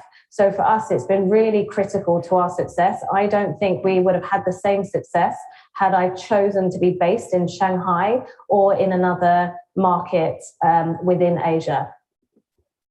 Thank you. Thank you very much for that. I want to move on with that background to look at the policy address and the 14th five-year plan as they have emerged in the course of the last few months. So the Chief Executive's policy address was, in my view, one of the most content-rich that we've seen for a very long time. And there is a focus on the 4 existing core pillars of financial services, trading and logistics, tourism, business and professional services, and on new areas of development. And it's those new areas of development that I think are interesting. Science and technology. And we heard, for those of you who were watching it, the Chief Executive talk about the opportunity in science and technology and innovation more generally in Hong Kong and the amount of land that has been given over to that initiative. So science and technology, design, fashion and textiles, which must appeal to you, Elisa, and art and culture. So if I can come back to you, first of all, Elisa, so your focus is on fashion design and branding. And how do you see these working in Hong Kong and more widely into the mainland?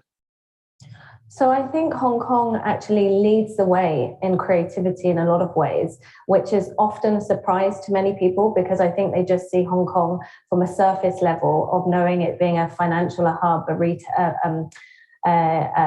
a residential commercial building hub. But actually for me, it's much more than that. It really is a creative hub, which I tie fashion and art and increasingly for me, the beauty space into that side. So I think that it wins in a lot of ways around the creative aspect. I would say it's more leading in terms of art right now. It's a little bit losing against the mainland in terms of fashion, to be honest. So I think what I would like to see more of is more incubator programs for fashion brands to set up and start and do more. Where we are seeing innovation, which is super exciting on the fashion level in Hong Kong, is actually around sustainability. I think we're definitely leading against our mainland friends in terms of driving innovation around sustainability, particularly around attitudes to shopping pre-loved. There's a lot of innovation there and sourcing products in a more sustainable way. So that's where we are excelling. But in terms of actually creating what I would say kind of catwalk first fashion brands, we're not quite at the same level as our mainland friends right now. So hopefully in the next couple of years, with the more focused on the fashion creativity side, we will see more programs to support young designers and help put them on the global stage.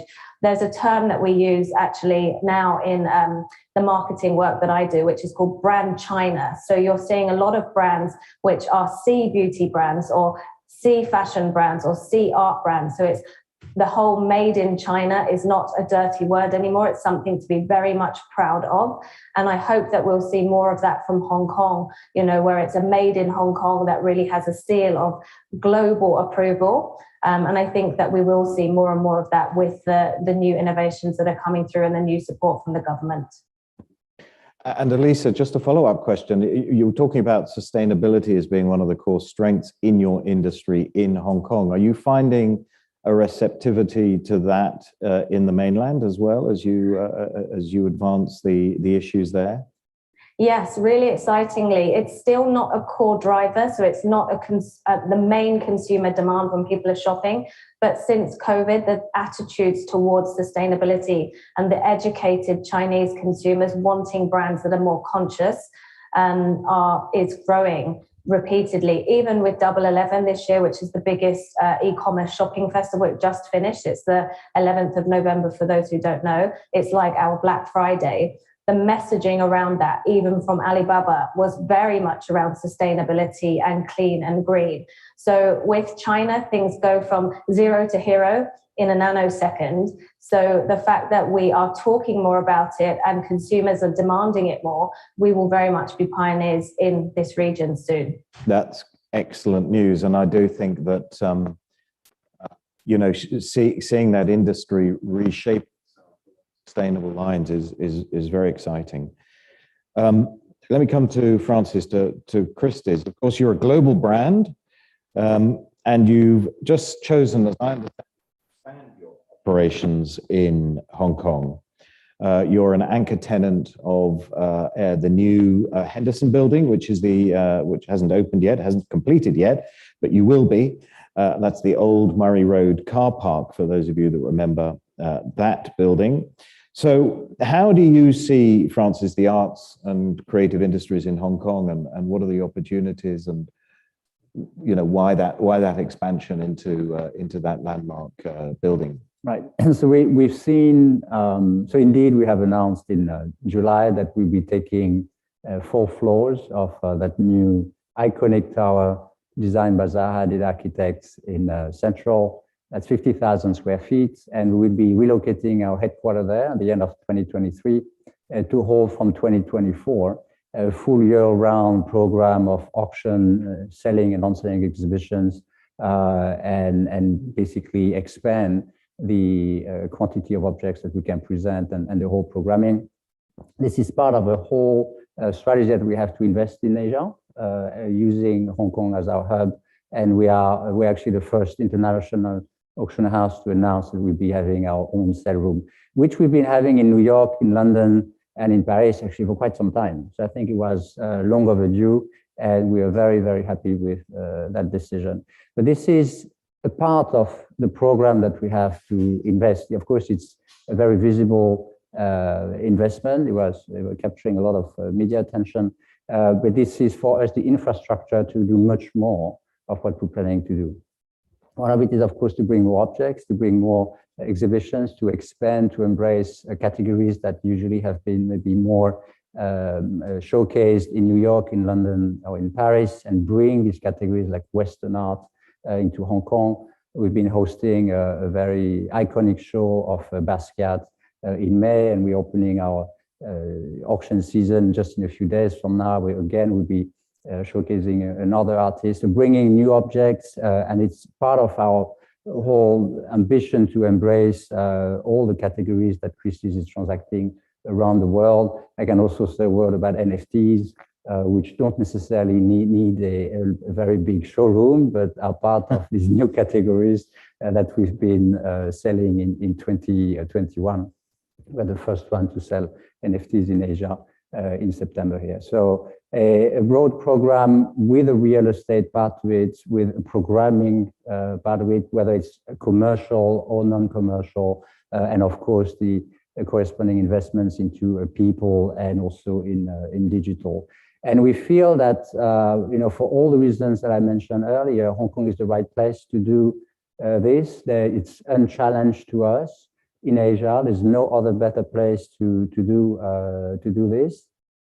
I would, personal note would be when we came to our board with this project, with the background that we might hear about Hong Kong. Of course, we've been questioned, we've been challenged, but I think it all boils down to where is really the best place to operate our business, and to me, there's no question that it's in Hong Kong. And to add again, I think the government. So just the framework that we referred to earlier, I think is enough for us to prosper but we're extremely happy to see that the government is embracing art and culture and the development of the West Kowloon Cultural District, the opening of M+ a few days ago, the Palace Museum next year in June, I think is adding to the whole ecosystem of art in Hong Kong a much needed institutional dimension. I think Hong Kong has been blossoming on the transaction side of the art world, but I think it's very important to add to it so that the ecosystem is well-rounded, major development like the one we see in West Kowloon. That leads very nicely on to you, YK, because alongside your day job at Jardines, you're also chair of Hong Kong Tourism Board. So your job is to encourage visitors to come to Hong Kong. Now, you must be quite challenged in doing that just at the moment with the quite restrictive border quarantine restrictions during the pandemic. But presumably you still see Hong Kong as a tourist destination post the pandemic. And how do you see that? Is it mostly targeted at mainland visitors or international visitors, or a combination of both? Well, thank you, Peter. And I think it will definitely be a combination of both. I think, first of all, I'm optimistic that with all the resources and all the signs that's being thrown at the COVID problem, that the issue probably will go away sooner than we think. I think other than the vaccine availability worldwide, which is quite amazing, given that the disease has been around only for a couple of years, how many vaccines have been produced and how many people around the world have been vaccinated. I think that's quite an achievement for the human race. At the same time, I think you've already seen that there are a number of pharmaceutical companies which have now released for early trials, medicines that you can actually take to cure you if you strike down with COVID. So I think when the medication becomes widely available, and again, the manufacturing facilities that are available now to produce these things at scale is quite amazing. I think we will probably see the end of COVID hopefully before too long. Hong Kong remains a very important center for MICE as well as for tourism. I mean, on the MICE side, it's really a gathering place for business. Hong Kong is an international financial center. Hong Kong is a place where people come together to connect. And as I said earlier, we have huge connectivity with the rest of the world. From Hong Kong International Airport, you can fly to 140 destinations on a direct flight. That means you don't have to change planes. There are very, very few cities in the world where this is possible. So people can come into Hong Kong and together, without changing planes, to attend a MICE event. At the same time, Hong Kong has very little import duties. And so if you're organizing an exhibition, you can bring your things to Hong Kong, exhibit, show your guests and your clients, bring them out again without any issue. And I think it's the same for Christie's. When you bring pieces in Hong Kong, there is really no customs issues, unlike some other places around the world. So I think that also plays very much to MICE. And also we have world-class facilities in Hong Kong. We have our convention centers. We also have our hotels and the great Hong Kong efficiency in really organizing events and organizing some very special experiences for our guests. And to top it off now, we have greater connectivity with the Greater Bay. So for those MICE guests who come to Hong Kong, the extension of coming to Hong Kong would be to actually, after your convention or after your exhibition is over, you can actually then take a side trip into the mainland of China, in the GBA, the Greater Bay Area, where there are another 70 million people, and 70 million of the more wealthy people in China. You can go to the manufacturing facilities in Shenzhen, where it's very high tech. You can go to Dongguan, which is the light manufacturing area. You can also go to cultural areas like Zhuhai or to Foshan. You can also go to from Hong Kong, other places along the high-speed railway of China. So it makes coming to Hong Kong enhanced and added value for MICE guests. And that is often something that you don't find in other Asian MICE destinations. As far as tourism is concerned, Hong Kong actually is a magnet for international travelers. Of course, we have our theme parks like Disney. Of course, we have some of our traditional visitor appeal spots like the Peak and the Peak Tram and the Star Ferry. But I think, again, as I said earlier, we have a lot of new cultural attractions, the M+ Museum, the Palace Museum, and also a lot of local culture. And I think what we are promoting in Hong Kong is really the experience, the Hong Kong lifestyle, the food, the excitement of the place.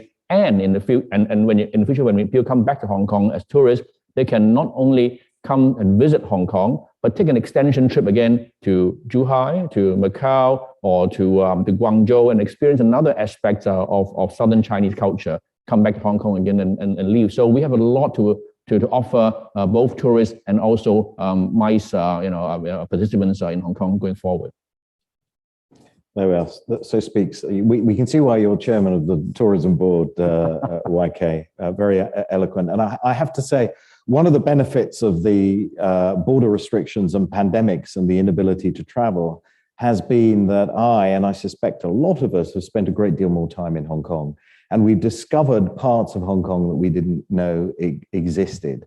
And you and your colleagues have really done a great deal to promote those attractions. So when you can come to Hong Kong, those of you who are watching from London, there's a great deal more to see that even I, who've been here 25 years, didn't really know about. Of course, we may rue the day when those borders open, because at the moment it's very easy to get a taxi. It's not so easy to get a restaurant, actually. People are very busy out there. And how many tourists we have normally in a year? 10 million? No, actually, in 2018, which is the peak year, 65 million visitors to Hong Kong. Yeah, 65 million. And we know what the effect of that can be on taxi rides and so on. But the hotel industry will definitely be looking forward to that. Good. I want to pivot now to one country, two systems. And the chief executive said, I think in her opening address, that 2022 is the 25th anniversary of one country, two systems, which I think there are plenty of things being planned, presumably, including by the tourism board. Mm-hmm. And I know we at the Chamber are going to participate in that. All the chambers, all the international chambers have been encouraged to participate in celebrating that 25th anniversary. But of course, it also means that we are halfway through what was agreed as a 50-year experience. So I think people are now beginning to think a little bit about the next 25 years. And since we're looking at new opportunities in Asia and how differentiated Hong Kong is, do any of you, I'll start with Elisa, if I may, do you find any of your clients asking you questions about this, or are they still pretty comfortable with Hong Kong as a base? It's definitely a hot topic. I think it's a question on the tip of everybody's tongue, especially for those who don't live here, because there's a lot of clickbait media talking about the erosion of certain practices and behaviors. So it's definitely something that concerns people. But I think even more than the situation in terms of political scenarios, it's more the concern about when the borders will open, because people still do see the value of being in Hong Kong, although they might be slightly worried about what it will look like in the future, but not being able to travel, especially if you have a regional hub in Asia, the point of it often is to travel. So that's really very much a big worry for my clients at the moment. My clients haven't been to the market for 2 years, which means they have to have 100% trust in their local teams and or their partners on the ground, such as us. Yeah, thank you. And YK, how do you look at this in Jardines? Well, I think in Jardine Matheson, first of all, the 25th anniversary is an important birthday, and as you said, there'll be a lot of celebratory events around this very important date. But after the birthday, I think it's business as usual. I think Hong Kong continues to evolve. Hong Kong continues to, play a very important role as an international financial center. And I think Hong Kong will continue to grow. There will be changes. I think there'll be less friction in terms of the border with the mainland. I think Hong Kong being part of the Greater Bay Area will mean that there'll be a lot more opportunities to connect and to move people between the two places. But Hong Kong also has its own unique strengths and differences. Some people say that, may Hong Kong become more of a mainland Chinese city? But I say it is different. I mean, we have practiced one country, two systems in Hong Kong with another 25 years of that, certainly. And Hong Kong, first of all, operates a different currency, which is fully convertible. Hong Kong has a separate and a different kind of judicial system based on the common law. And Hong Kong is really a melting pot of many, many cultures and many, many nationalities with a different education system. So I think with all of that, I think Hong Kong has enough differences, and yet it also connects very directly with the mainland psyche, because there are a lot of people here in Hong Kong who obviously have very strong Chinese roots. So I think that East meets West and that melting pot, I think, identifies and differentiates Hong Kong and makes Hong Kong still a very attractive place from which to base and also to do business. Yeah, thank you. And Francis, when you just made a big investment in Hong Kong. Do you think about the next 5 years, 10 years, 25 years? Well, at least about the next 10 years, because the lease we have signed is a 10-year lease. But of course, the logic of that investment is way beyond these 10 years. We have not seen anything in any way challenging the assumptions that we always had that Hong Kong is the best place for us to operate. A lot of the advantages we've mentioned already, when you have a $50 million Picasso that needs to travel from New York to Hong Kong to be shown to some collectors and then back, and you have a window of 2 days, you can do it in Hong Kong, you can't do it in Shanghai, you can't do it in Taipei. There's so many cities in the world where it's complicated to do this. When a client purchases a very relevant artwork in Hong Kong and wants to ship it pretty much anywhere, you can do it in Hong Kong. You can't get out of many countries in Europe important cultural objects so easily. And as I said earlier, we're referring to the system, we do operate sales in Shanghai. There's a lot of constraints for us to operate as an international auction house in Shanghai. There are first a very long list of objects that we cannot transact. There's a cultural relic regulation that prevents us from selling anything which is pre-1949. And then even post-1949, there's a long list of artists that basically are not in the list that we're supposed to transact. So we can't sell a Patek Philippe from 1943. We can't sell a Picasso from 1942, a Dorama, but we can sell a late worker by the artist. So, and all these constraints do not exist in Hong Kong. And we don't see anything, whether we are 25 years into the handover, we don't see anything changing in any way. This is here to stay. So it's really in that spirit, and Hong Kong, again, having over the years, not only having been our main hub to transact, but having been able to grow and be fortified as the hub to transact art in Asia.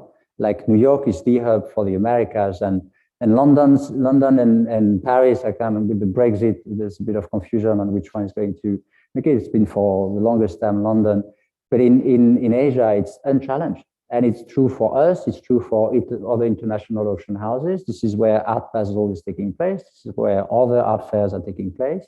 This is where most of the international galleries have chosen to have at least one of their main office.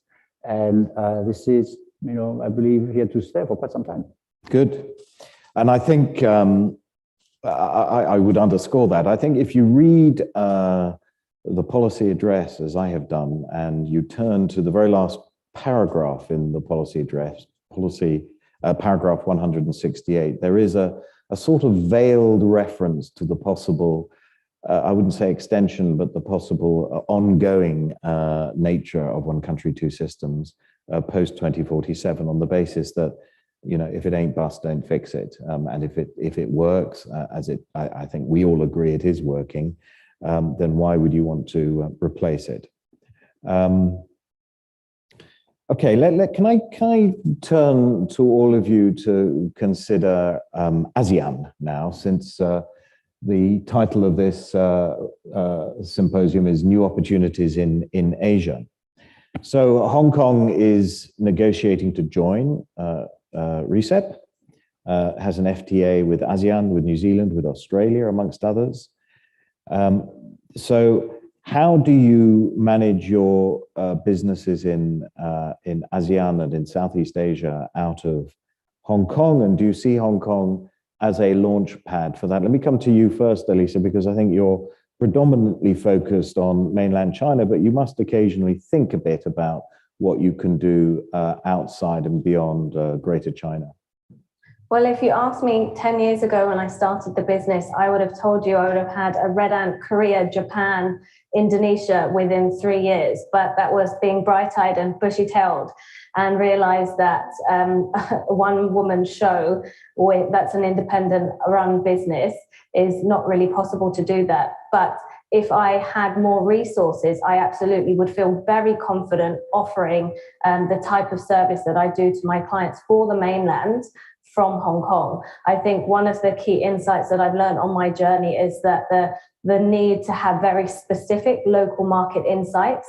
So that's why I choose to have my team that actually does the work for the clients based in Shanghai, because they're all local mainlanders, so they really know the consumer and they know how to run marketing campaigns very specifically for brands, hence they're based there. But in terms of actually the business development, the business networking, we could replicate what we've done in mainland in other markets.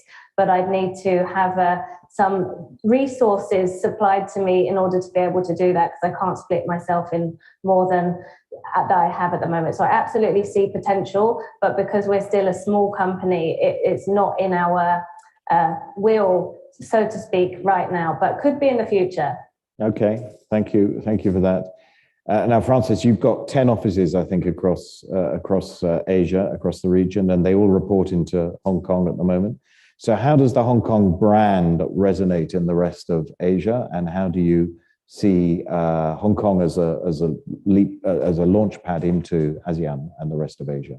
So the way we operate indeed is our headquarters here. It's we have, I would say, 75% of the headcount in the region is actually located in Hong Kong, and then we have offices in Tokyo, Seoul, Taipei, Jakarta, Bangkok, Singapore, Mumbai, and 2 galleries, one in Shanghai, one in Beijing, just to mention the most important ones.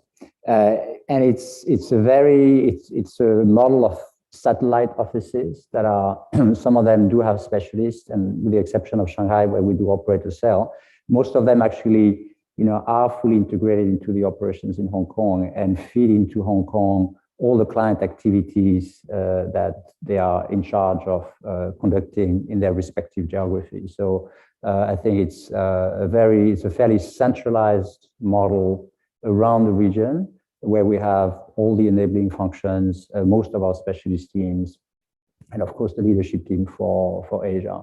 And it's sad that we haven't been able to see them for quite some time. I mean, we all lived through the pandemic and the restriction that it means for travel. But luckily, we have found that we went through this, leveraging a lot of the digital investment that we've made for many years, and we have reinvented the way we present objects. So we used to have all these, collectors converging into Hong Kong for big sales, and of course they can't travel as easily as it was before. Where we have thrown into the mix, all the digital means and possible media that we can think of to present these expensive objects into clients and just to get them considered to collect them. And we've also been able with different techniques of live streaming across multiple channels to translate the passion and the enthusiasm that we usually see in the auction room to project it into people's living room. We had more than 5 million viewers in our May sale. So a season of sale through various platforms. We have more than 5 million viewers that actually logged in and watched what was going on. And normally an auction room for an evening sale is 350 people. So we've been able, I think, even if people cannot travel and come here, we've been able to build digitally to recreate that excitement, both on how we present the objects, but also how we facilitate the transactions. And I think this is here to stay. But of course, we can't wait for the borders to reopen and have our clients back visiting us, as well as our colleagues across the region. But presumably the long-term objective, of course, is to encourage visitors to come into Hong Kong to your new building and your new site, and where you will be holding auctions and exhibitions and everything else. Absolutely, and I think we will live with the best of both worlds. So In the past, some of our collectors were not able to visit the show, and I think we've enhanced so much the way we can interact with them that if they choose not to travel for whatever reason they can't, they will have all these digital means for us to engage with them. But art is an experience. You know, the emotion you have when you look at a painting is when you physically, you know, with that painting, with the lighting, and you know, all the collectors know very well that this is what they enjoy first and foremost before they decide to acquire an object. Luckily, we have a lot of the objects that we sell are very well known to collectors. They are published, they've been exhibited, and if we do a good job at presenting them digitally, then they understand what it is. But all of them, you know, for sure, do enjoy the physical experience and can't wait to be able to come back to Hong Kong. But we will leave with, you know, the best of the silver lining of the COVID period, with all the digital investment we've made and the innovation that we've been able to accelerate, and come back with an enhanced physical experience with the Anderson and the sale room that we will be opening in 2 years from now, which is really exciting. Very good. Thank you very much. And YK, putting your Jardine Matheson hat back on, you've got very substantial businesses, of course, in Southeast Asia, in Singapore, in Indonesia, in Thailand, through Dairy Farm, and all of the other businesses that you run. How do you see Hong Kong fitting into that picture? Well, I mean, Hong Kong has traditionally been, you know, a hub for investment and trade to and from ASEAN countries. I mean, in the earlier days, you find that Hong Kong manufacturers in textiles areas invested in factories and also at other facilities in the ASEAN countries. Today, you see a lot of Hong Kong brands in the retail, in restaurants, and in other areas, in hotels in ASEAN countries. Mainland Chinese companies are more recently, through Hong Kong and via Hong Kong, are also investing in ASEAN. For example, all Bank of China branches actually in ASEAN countries report to the Bank of China in Hong Kong, not to Beijing. So I think that tells really how important Hong Kong is to the outward investment of mainland Chinese companies. Equally, Southeast Asian and ASEAN country citizens also come to Hong Kong to trade, to buy. It's always been a hub, a clearinghouse for the overseas Chinese diaspora, who are economically very, very strong and connected in ASEAN countries. And Hong Kong is a base for many of them to also have a second home, to invest, obtain education for their children, and a springboard for leaping into investing in China. And Hong Kong provides all those business services: legal, accounting, consultancy, financing, and so on. Hong Kong has it all for them to go either way, into or out of China. Excellent. Well, thank you very much for that. And of course, nobody mentioned the food, which is the other great attraction. As you can tell, I enjoy it enormously. The food in Hong Kong is really, really exceptional. But look, I think we've had an excellent discussion. I hope you all agree. A cross-section of reasons why Hong Kong continues to be really a center for business operations, because of the environment, because of the regulatory, the legal environment, because of its history. We've been doing this for more than 150, 170 years. And there's a long legacy behind what we're doing today, which is tried and tested, it seems to me. And some of that is represented in the businesses that are presented today. But also, I think there's this great opportunity for developing new businesses and new ways of operating as well. So we've focused a lot today on arts and culture through Christie's, and on branding and fashion through Elisa. But for me, as we look forward to 2022 and beyond, I think Hong Kong is going to continue to have a fundamentally important role to play in Asia and in world enterprise. So I'm going to finish it there. Thank you to all three of you for your thoughts. Very imaginative, very creative. Thank you, Elisa. Thank you, Francis. Thank you, YK. Thank you. See you soon. Right. Thank you. Thank you once again to our moderator, Mr. Burnett, and all our panelists, Mr. Francis Bellin, Ms. Elisa Harka, and Dr. YK Peng. Thank you so much. I think in this section, we had a wonderful discussion on the competitive advantage of Hong Kong. And now, after talking about business expansion, we will be moving forward to our last thematic section, namely winning the healthcare sector in Asia. Once again, this is your final chance. If you would like to raise questions to our panelists, remember, direct your questions to our panelists in the Q&A box on the live streaming screen during the section. Without further ado, I would like to pass this section to our moderator. We are pleased to have Ms. Irene Zhu, partner, head of New Economy and Life Sciences Hong Kong of KPMG in China, to be our moderator. Ms. Zhu, the time is now yours. Great, thank you. Welcome to this session. Although it's the last one, it's a very important one that we will cover about healthcare. This has been an amazing sector from a performance point of view, and we will use the next 35 minutes to discuss that. So with me today, I got two very distinguished speakers. On my left-hand side is Professor John Gao. He's the head of Institute for Translational Research at the Hong Kong Science and Technology Park. And on the far end is Danny Young. He's the CEO and co-founder of Prenetics. And each of them will bringing their own insights about the sector and also the kind of opportunities that Hong Kong presents. So before we kickstart the discussion, I would like to invite John to share some update about the Hong Kong Science and Technology Park development, especially when it comes to the healthcare sector. Great, thank you, Irene, and thank you, HKTDC, for this wonderful opportunity. For those who might not be familiar, Hong Kong Science and Technology Park, HKSTP, is really the epicenter of commercial R&D here in Hong Kong. We have more than 1,000 companies, and we have 2 unicorns, 3 industrial estate for manufacturing, and a lot of R&D activities. And today I'm going to talk about the biomedical technology that's going on here in Hong Kong, and particularly in the Science Park. And to facilitate that, I'd like to introduce the audience to a new institute that was just recently formed. It's called the Institute for Translational Research.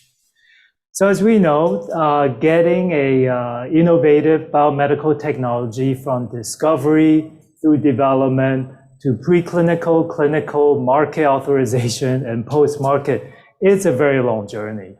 And so we know doing biotech is difficult. But as companies traverse through this journey, the value goes up and the benefit to the public also goes up, while the risk to the investors of the technology goes down.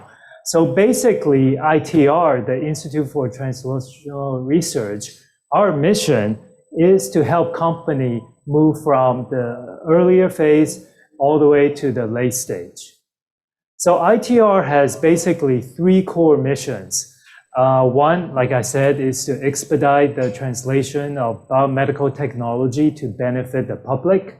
And second is to instill researchers with entrepreneurial mindset and skills for translational research. So we do have a talent cultivation mission as well.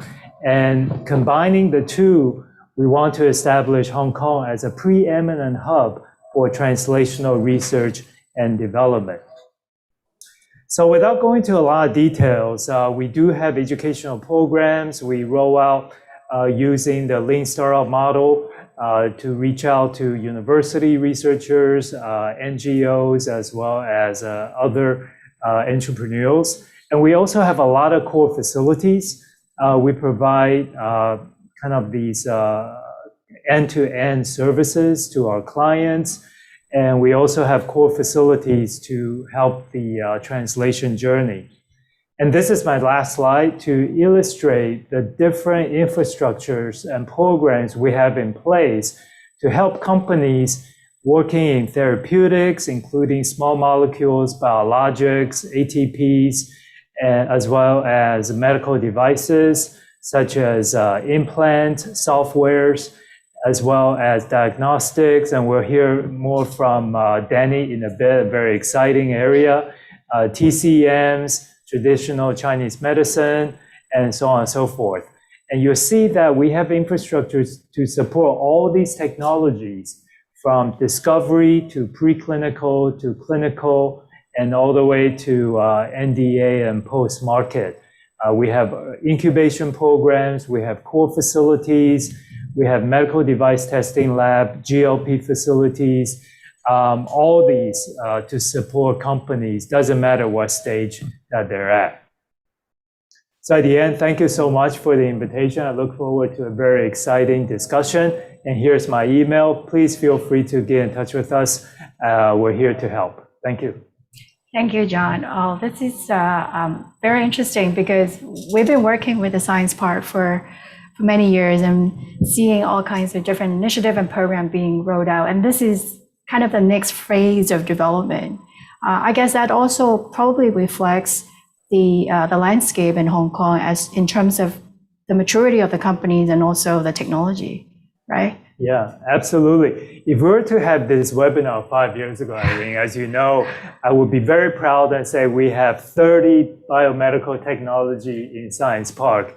And today we have more than 160. So that represents close to 700% growth over a very short period of time of 5 years.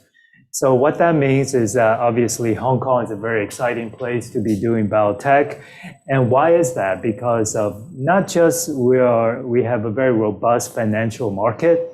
There is a tremendous public commitment to the government has made biotech a priority. And we have professional services that are really so critical, and IP protection. So it's leveraging all the fundamentals that is Hong Kong to apply to the growth of biomedical technologies. So it is a very exciting time, and Science Park is really glad to be a major contributor in this journey. This is great. So now that you have heard from John about all the infrastructure and the facility that are made available, it would be good to hear from Danny, who is speaking as an entrepreneur, right? And how you have built Prenetics, and maybe tell us about Prenetics for those who might not be as familiar as we are in Hong Kong. Prenetics is very well known in Hong Kong, and I believe you also have a very strong presence in the UK. Great, thank you, Irene, for having me in the HKTDC. A little bit about Prenetics. We started Prenetics back in 2014. So our mission from early days was basically named Prenetics comes from prevention genetics, right? So we actually have a quite big presence, as you mentioned, in the UK and Hong Kong. Long story short, we've grown a lot in the last 7 years. We started with 7 people. Now globally, we have over 700 people. We have dual headquarters actually in UK and in Hong Kong. So as mentioned, we started off as a genetics testing laboratory, and that business actually was growing quite fast, even pre-COVID. But with COVID-wise, we're able to pivot a lot of the business operations to being actually serving the COVID community in terms of testing, right? So here in Hong Kong-wise, we're the #1, actually the first laboratory appointed by the Hong Kong government to do mass community testing. In the UK-wise, we're the organization that actually helped resume the Premier League for their season, as well as subsequent testing-wise, right? So that was something actually very proud. So to date, we've now actually processed more than 6 million laboratory tests over the last 14, 15 months, having isolated thousands of individuals, which has otherwise been infecting others. And as we think about the future-wise, I think ultimately what we aim to do is actually decentralize healthcare. So we want to actually bring healthcare closer to the patient. So when you actually get care or testing, you actually don't need to leave your home. You actually can do it in the comfort of your own home, because the technology exists today where you don't have to go to the hospital, go to the clinic with rapid diagnostics and self-testing kits. Right. I mean, if I could also ask you, for those who usually outside of Hong Kong, looking at Hong Kong, often see Hong Kong as a very small market, but you somehow managed to grow this company and really good traction. At the same time, you expand into the UK. Could you share about what you have seen, the development of the Hong Kong landscape, especially when it comes to healthcare sector? Yeah, I mean, as I would say, it's probably been day and night, right? Since when we started back in 2014. I mean, myself, I've always been an entrepreneur. So I moved here in Hong Kong 2010. So I can even say that. And when I moved to Hong Kong 2010, we only had probably maybe 4 or 5 different co-working spots. And now in Hong Kong, there's probably 70 to 80. So I think certainly the Hong Kong startup ecosystem has grown significantly. And I think health also, in the last few years, especially, so many people are paying attention to it, right? And so certainly I think, COVID certainly has had a lot of big effects on every one of us globally, right? But I think there are certain positives that have come out with this situation where a lot of individuals or family offices, venture capital firms are investing in health. So certainly I think this is also a great precedent for the future, that people are taking healthcare very seriously. Right. And could you share with us about what triggered your decision to move into the UK market? And as a Hong Kong company, although you do partner and acquire a local company, how do you find the synergies between the two teams, and especially your experience from Hong Kong? Yeah, I mean, it's a great question, right? And I think it was not by, I would say it was not by choice. It was not by design, right? I think we just looked globally for opportunities. And then back in 2018, we actually acquired a company in the UK called DNA Fit. At that time-wise, I mean, they made up maybe a very small portion of our business, less than probably 10% of our business revenues. But today, they actually represent over 55% of our global revenues, right? Which this year will actually achieve over 200 mil USD in revenue. So certainly the UK business has been quite significant for us. And so certainly last year, we also made an acquisition of an Oxford University spin-out company, right? So which also further added to our UK presence. Right. So you have the business collaboration happening as well as the R&D, right? Collaboration. And I think that brings back to the question when it comes to Hong Kong, right? How we position ourselves, and why would innovators or entrepreneurs find Hong Kong attractive as a place to grow? And I think both of you have touched upon a number of very good points in terms of the infrastructure funding. Could you talk about the business collaboration and the partnership? Because I think this is one of the areas that the Institute for Translational Research is aiming to achieve. That's right. So there are several layers to that question. I'd like to kind of break it down a bit. So when you think about partnership, there are different kind of partnership. There are R&D partnership where you can co-develop a particular technology, or companies with complementary technologies coming together. And we at Science Park, under ITR, we have a platform to facilitate that. It's called MedTech Co-Create. So basically, bring companies with complementary technologies to create new solutions.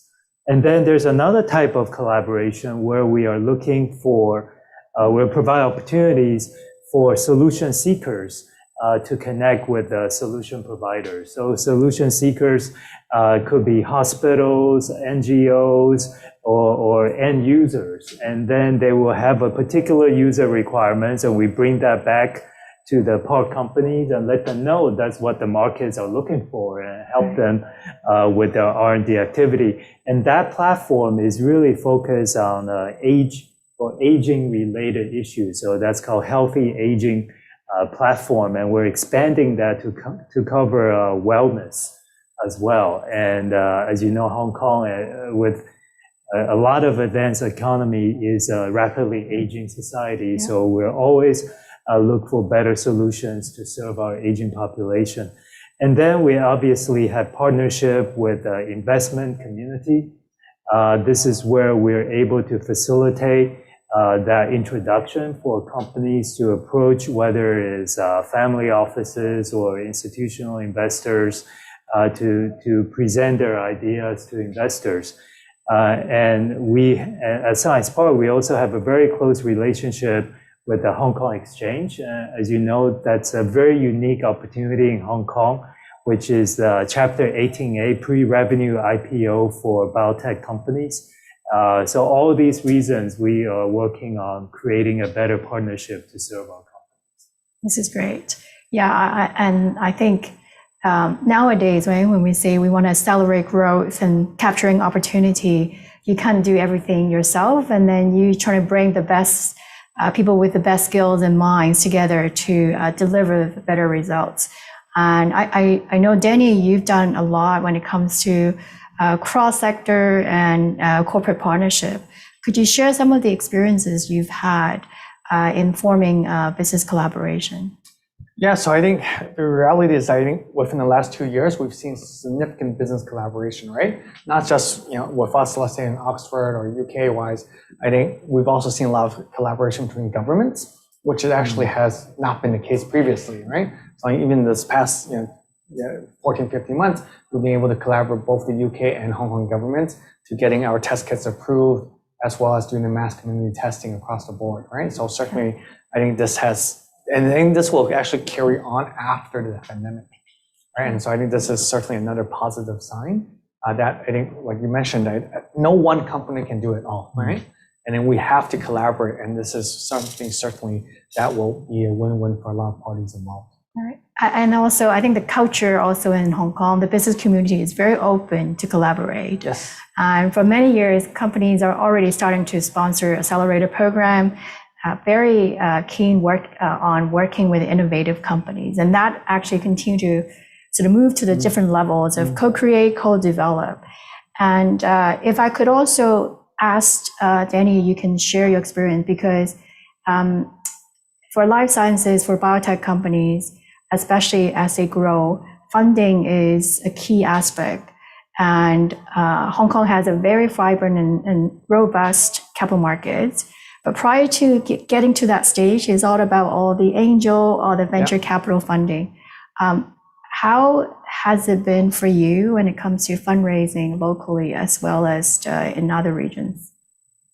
I think, to be honest, I think we've been a little bit fortunate in terms of fundraising, right? Because from the start wise, we had backers and we do the Series A, B, C, etc. I think actually for Hong Kong wise, I think the challenge is actually not the funding piece, it's actually the commercialization piece. Right, because there's actually great science in Hong Kong, right? I mean, to be honest, I mean, I think even for us, when we came into when we started Pronex in 2014, right? We already had some very good science, but then the challenge is, how do you turn that science into actual product and commercialization that you really understand the consumers, right? So the challenge is a lot of the scientists or professors, etc., they may not be able to translate that. So I think now we actually need more people that can actually take that into translating that into actual products people can actually use. And then with that, then of course, in the funding, naturally, there's so much funding in Hong Kong, right? So if you have a good product, you have a good product commercialization strategy, good science, you'll get funding. Right, yeah. And I like to also highlight the fact that healthcare sector has been outperforming many other sectors for the past couple of years. And especially in Asia, we're seeing venture capital and private equity investment has gone over 30% just year-on-year growth. And China and represent majority of that growth. And so we're sitting in the Greater China region, actually believing that there's a great opportunity for companies to sort of capture. And with that said, I'd like to maybe ask John to give some insight when it comes to the connectivity to China.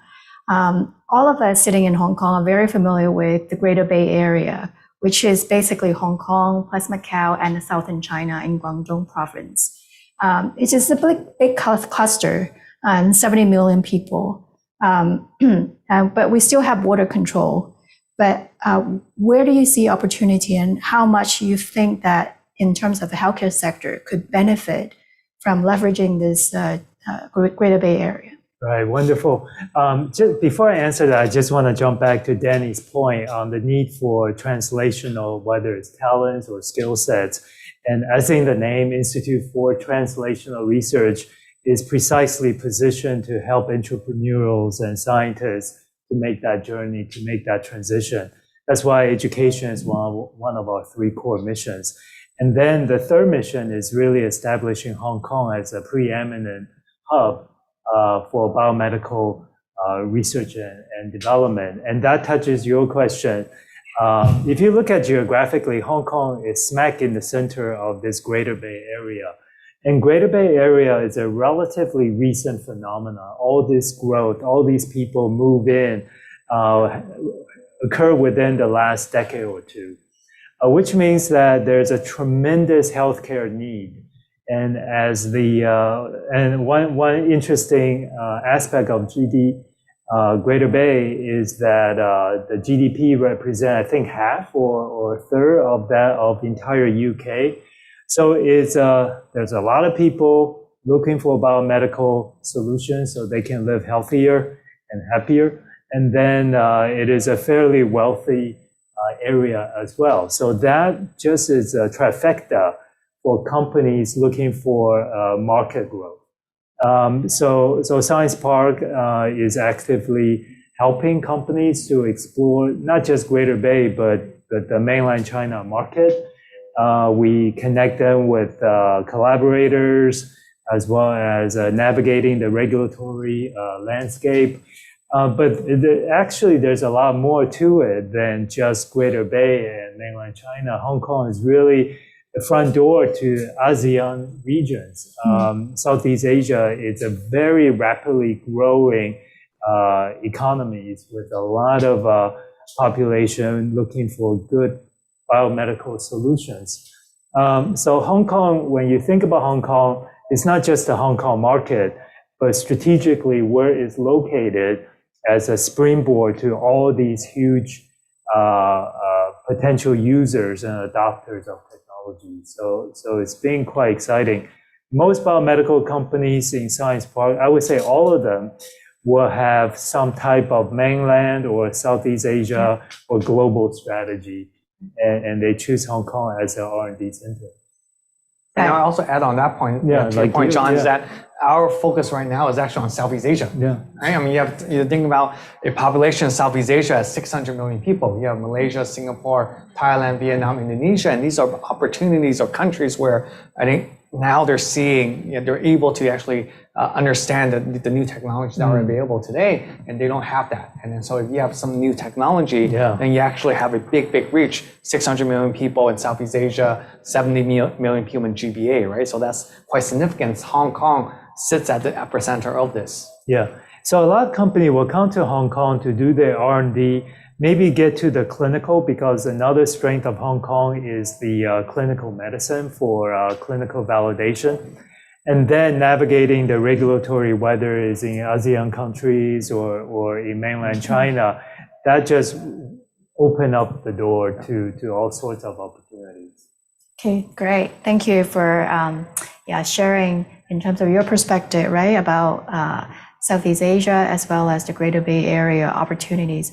I must say, the past few years we've seen a lot of very focused policies and incentive program from government to really help company to bring talents into Hong Kong, as well as collaboration on R&D with the other institution in the region. So I think that will definitely continue, and there's a very strong commitment, right, from the Hong Kong government to really support this sector. And I think this is great news for those in the UK business community, especially with innovative technology. Actually, there's a great demand for your innovation in this region. So let's come to sort of the next question I have on here is the link between Hong Kong and UK. Because oftentimes a lot of the UK business, when they think about expansion, they probably think firstly about the European region or going to the US is a natural option.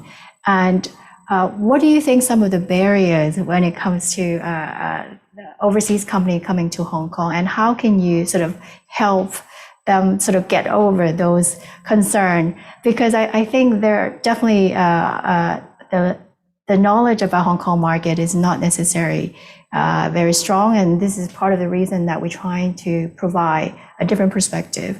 But it'd be good to sort of hear from you, John, and you talk to many companies and sort of promoting the platform that you have. Yeah, thanks, Irene. How should I put it? Obviously, UK and Hong Kong share a historical heritage. Hong Kong, we drive on the left side of the road. So for people coming from UK, crossing the street should be fairly straightforward to navigate. And that's just a small example of the similarities between how business is conducted, the way of life, and for people who are thinking about moving part of their business from UK to Hong Kong, because at the end, it's that day-to-day that matters a lot to the people. And then we already touched on all the business related reasons why Hong Kong is a great place to do biotech R&D. So I guess what we've been seeing from companies coming from the UK or Australia, the Commonwealth nations, is that the rule of law is very critical in terms of IP protection. Capital, we already touched on quite a bit. Driving on the same side of the road helps a lot as well. And then with biotech being a priority for the city and the market potential, it's really hard to think of reasons not to come. Right. Maybe for Danny, because you provide your product and services in 2 markets, and did you find that there are a lot of differences, or did you find it actually there are a lot of similarity that actually make it easier to replicate sort of your business model, or maybe how you actually approach the market? Yeah, so I think there are definitely lots of similarities, right? So I think there's a lot, even for example, when we started last April doing the COVID-19 testing here in Hong Kong, then we were able to easily replicate that in the UK within about 4 to 6 weeks, right? So having that approach, having that global approach has certainly helped us. And then so we were able to very fastly react. But going on to your previous question, I think the challenge is UK companies or even the US companies, many huge multi-billion-dollar companies that are still not in Hong Kong, Asia, right? Because the reality is very scary, right? That's the reality, right? Because if you don't know anyone, you don't have a good network, etc. So I think the challenge is, I think you just need to spend some time here in Hong Kong and Asia, and then you actually get to know people, build your network on, and then that will make it easier for people to understand how to do business here. Because certainly the culture, there are going to be cultural differences in terms of how to do business, but certainly if you have a good team in this part of the world, and if you're successful in the UK, then certainly that could be replicated here. Right. If I could add to that is the work ethics in Hong Kong is very strong. I mean, Oh, yes. Yeah, I don't know if you should be proud to say, but it's a lot of Hong Kong people are workaholic, right? So that actually the engine behind the growth of the economy. But a strong work ethic means that you could build a really strong team, very committed to helping company grow. I think this is really important for startup. And I think the fact that Hong Kong navigate COVID relatively well, in a sense that we have been back to normal, right, for a long time. We're already going back to work and not huge amount of disruption other than international traveling. I think so. In that sense, I think Hong Kong does provide a pretty safe environment for any foreigner who would like to explore and build a new business. Okay, so maybe to wrap up, I mean, we touch upon a lot of points, especially covering healthcare, Hong Kong and the UK. If you were to give some advice to businesses in the UK about Hong Kong, especially how can they best capture these new opportunities, what would be your advice to them? Yeah. It will make sense if the company has a global aspiration. I'm not saying that Hong Kong is the only place to come to, but as it's obvious by the title of our session, it's opportunity in Asia. So Asia covers obviously mainland China, ASEAN nations, and a lot of places.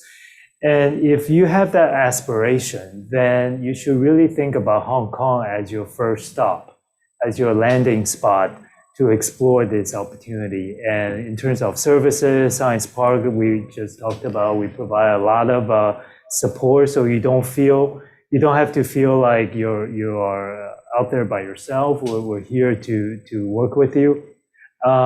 So we really encourage UK companies to have that global aspiration and think beyond just the continental Europe and really think about Asia.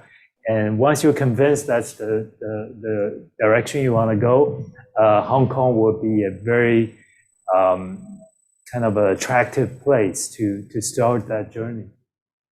Jenny? And then the same thing, right? I mean, again, I think in Hong Kong wise, I mean, the great thing for anyone thinking about coming to Hong Kong is that, you know, you can speak English, right? Correct? I speak English in the office every day, right? So I think that's the first thing. So I think a lot of people are kind of afraid about, you know, stepping into this, you know, but certainly I think understanding the culture here and understanding that Hong Kong is not going to make a huge business given the limited population here, 7 million people, right? But if you're able to succeed in Hong Kong, this actually creates much more opportunity within GBA, 70 million people, and again, Southeast Asia, right? So I think Hong Kong, you should treat it as kind of like a test bed. And if you're able to succeed, then certainly that opens significant opportunities because everyone looks at Hong Kong as a very high standard. If it works here, then that means it can be spread out in, you know, very closely. Right. I think if I could also add to it for Hong Kong, definitely Hong Kong is well known to be international financial hub. And that is important for entrepreneurs because I think investors are increasingly going after innovative companies. And we refer them, that group of companies that are sort of belonging to the new economy, right? That those are more forward-looking, bringing in technology to solve some of the urgent issues that the society is facing. And the policy that we have in Hong Kong and the capital markets are sort of facilitate the growth, not only in the public market as well as the pre-IPO stage. And we've seen that in the actual funding activity. So I think that even looking at Hong Kong, not just looking at pure the population, but actually the funding activity in Hong Kong is very attractive. Yeah, so I hopefully that our discussion provides some good insight to those and among the audience thinking about Hong Kong. And thanks to Hong Kong TDC, I think they do bring in a lot of good leaders in the community to share with you their experiences. And I know before we go, Hong Kong TDC will be hosting another a summit, which is the Asia Summit on Global Health. For those that are very interested in the healthcare industry, there will be an event next Wednesday on the 24th. There's a QR code. What this summit will do is to, again, bring in a lot of executive, policymakers, innovators to talk about the investment landscape I just mentioned in the healthcare sector and how you can benefit and also leverage those opportunities. So I hope that you will join us again for the Asia Summit. And I want to thank you again, John and Danny, for your sharing today. Thank you, Irene. Thank you so much. Thank you. Thank you. Thank you. Thank you, our moderator, Ms. Ju, and definitely all our panelists, including Professor Kao and also Mr. Danny Yang. Thank you so much for the wonderful section to wrap up today's webinar. Ladies and gentlemen, this marks the end of today's webinar, Discovering and Realizing New Opportunities in Asia. We hope you find this webinar an insightful one. Once again, huge appreciation to all our speakers, co-organizer, sponsors, supporting organizations, and all of you for joining us this morning or this afternoon. We look forward to seeing you all again at upcoming HKTDC events. Have a nice day and goodbye.